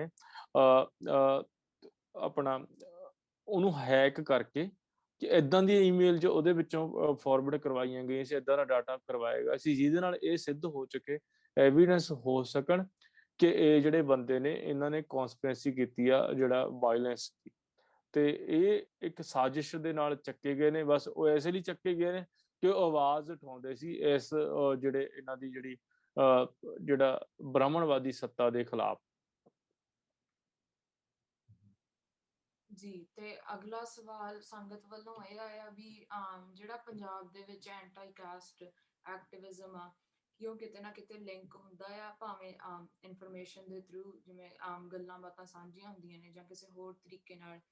ਜਿਹੜਾ ਇੰਗਲੈਂਡ ਦੇ ਵਿੱਚ ਐਂਟੀ ਕਾਸਟ ਐਕਟਿਵਿਜ਼ਮ ਆ, ਉੱਥੇ ਕੋਈ ਲਿੰਕ ਬਣਦਾ ਆ ਪੰਜਾਬ ਵਾਲੇ ਨਾਲ? ਕਿਉਂਕਿ UK ਦੇ ਵਿੱਚ ਵੀ ਦਹਾਕਾ ਲੰਬੀ ਕੈਂਪੇਨ ਆ ਜਿਹੜੀ ਉਹ ਕੈਸਟ ਡਿਸਕ੍ਰਿਮੀਨੇਸ਼ਨ, ਜਿਹੜਾ ਇਕੁਆਲਿਟੀ ਐਕਟ 2010 ਦੇ ਵਿੱਚ ਆਇਆ ਸੀ, ਵੀ ਉਹਦੇ ਅੰਡਰ ਕਵਰ ਹੋ ਜਾਵੇ ਕੈਸਟ ਡਿਸਕ੍ਰਿਮੀਨੇਸ਼ਨ। ਸੋ ਉਹਨਾਂ ਦਾ ਵੀ ਦਹਾਕਾ ਹੋ ਗਿਆ, ਉਹਨਾਂ ਦਾ ਵੀ ਉਹ ਚੱਲਦੇ ਨੂੰ।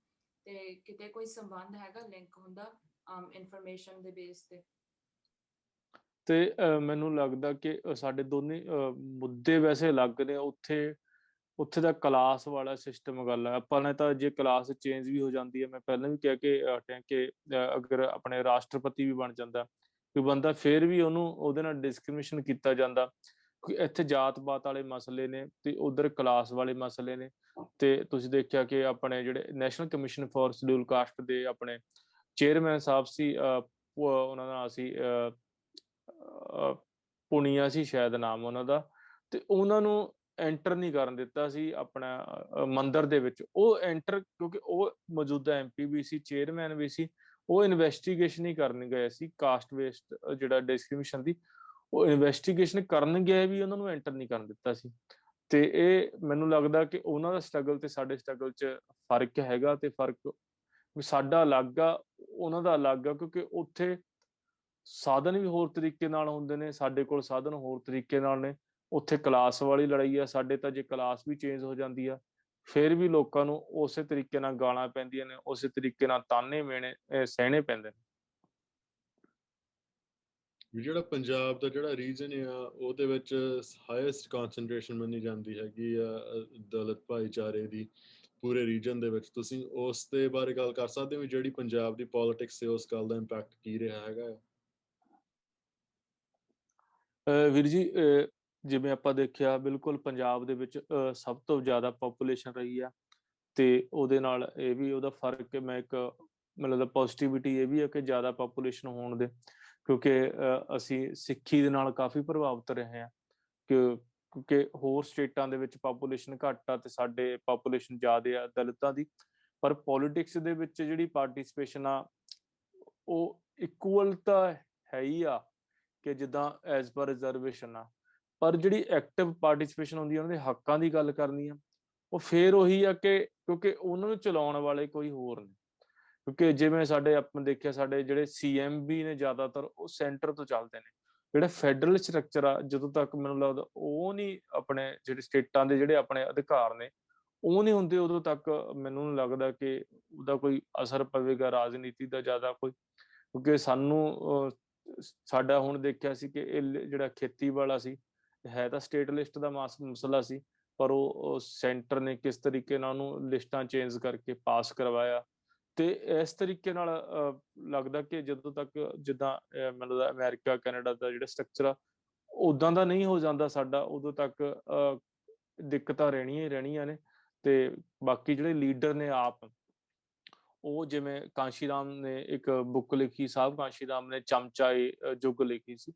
ਉਹ ਚਮਚਾ ਯੁੱਗ ਦੇ ਵਿੱਚ ਜਿਵੇਂ ਦੱਸਿਆ ਸੀ ਕਿ ਉਹ ਆਪਣੀਆਂ ਕੁਰਸੀਆਂ ਬਚਾਉਣ ਦੇ ਲਈ ਜਿਹੜੇ ਚਮਚੇ ਬਣੇ ਰਹਿੰਦੇ ਨੇ, ਤੇ ਉਹ ਜਦੋਂ ਤੱਕ ਉਹ ਚੀਜ਼ ਨਹੀਂ ਖਤਮ ਹੁੰਦੀ, ਕਿਉਂਕਿ ਲੋਕਾਂ ਦੀ ਜਿਹੜੀ ਰਾਜਨੀਤੀ ਆ, ਰਾਜਨੀਤੀ ਲੋਕਾਂ ਦੀ ਆਪਣੇ ਆਪ ਨੂੰ ਅਪਲਿਫਟ ਕਰਨ ਦੀ ਹੋ ਜਾਂਦੀ ਹੈ, ਸੈਲਫ ਪ੍ਰਮੋਸ਼ਨ ਦੀ ਹੋ ਜਾਂਦੀ ਆ, ਆਪਣੀਆਂ ਜਿਹੜੀਆਂ ਪੁਸਤਾਂ ਨੂੰ ਸੁਧਾਰਨ ਦੀ ਹੋ ਜਾਂਦੀ ਆ।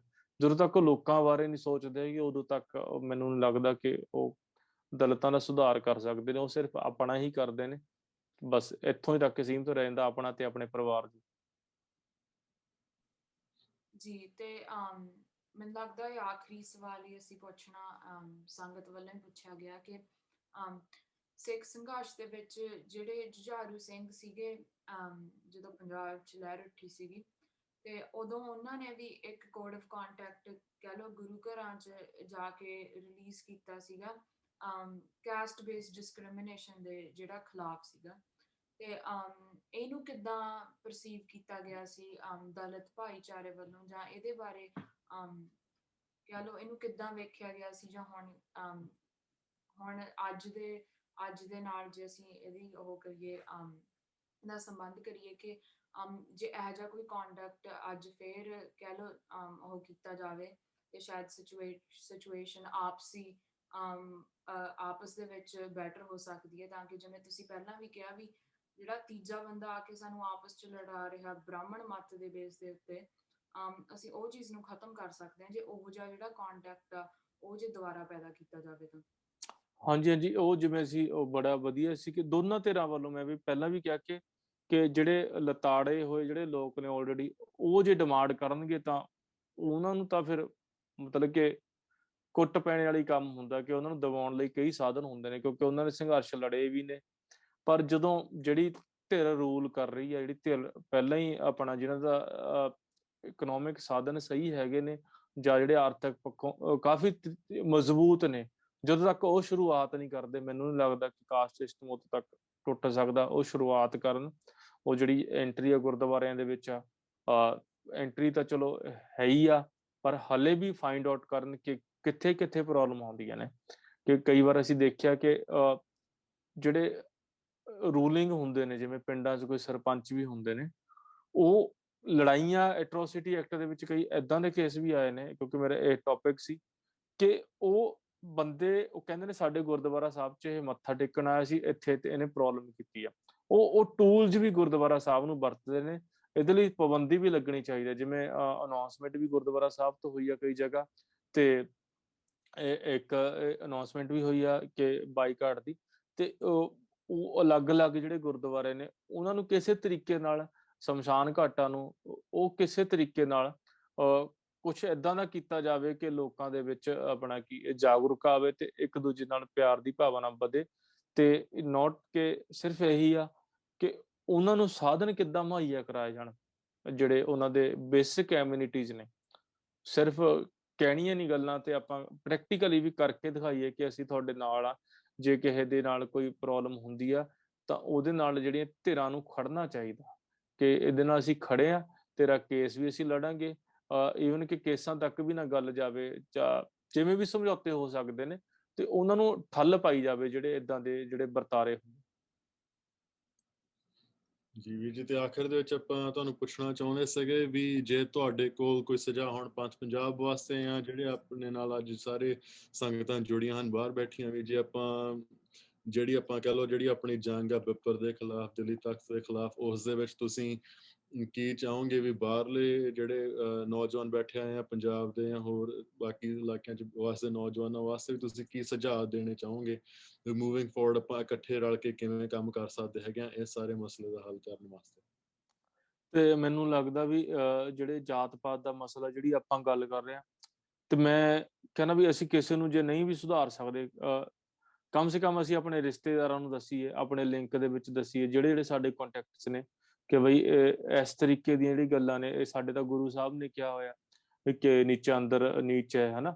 ਤੇ ਗੁਰੂ ਗ੍ਰੰਥ ਸਾਹਿਬ 'ਚ ਬੇਗਮਪੁਰੇ ਦਾ ਸੰਕਲਪ ਦੱਸਿਆ ਹੋਇਆ। ਤੇ ਉਹ ਚੀਜ਼ਾਂ ਨੂੰ ਕਿੱਦਾਂ ਇੰਪਲੀਮੈਂਟ ਕਰਨਾ ਕਿ ਅਸੀਂ, ਜੇ ਸਾਡੀ ਹੋਰ ਵੀ ਨਹੀਂ ਕੋਈ ਮੰਨਦਾ, ਜਿਹੜੀਆਂ ਸਾਡੀਆਂ ਆਰਗੇਨਾਈਜੇਸ਼ਨਾਂ ਨੇ, ਉਹਨਾਂ ਨੂੰ ਦ੍ਰਿੜ ਕੀਤਾ ਜਾਵੇ।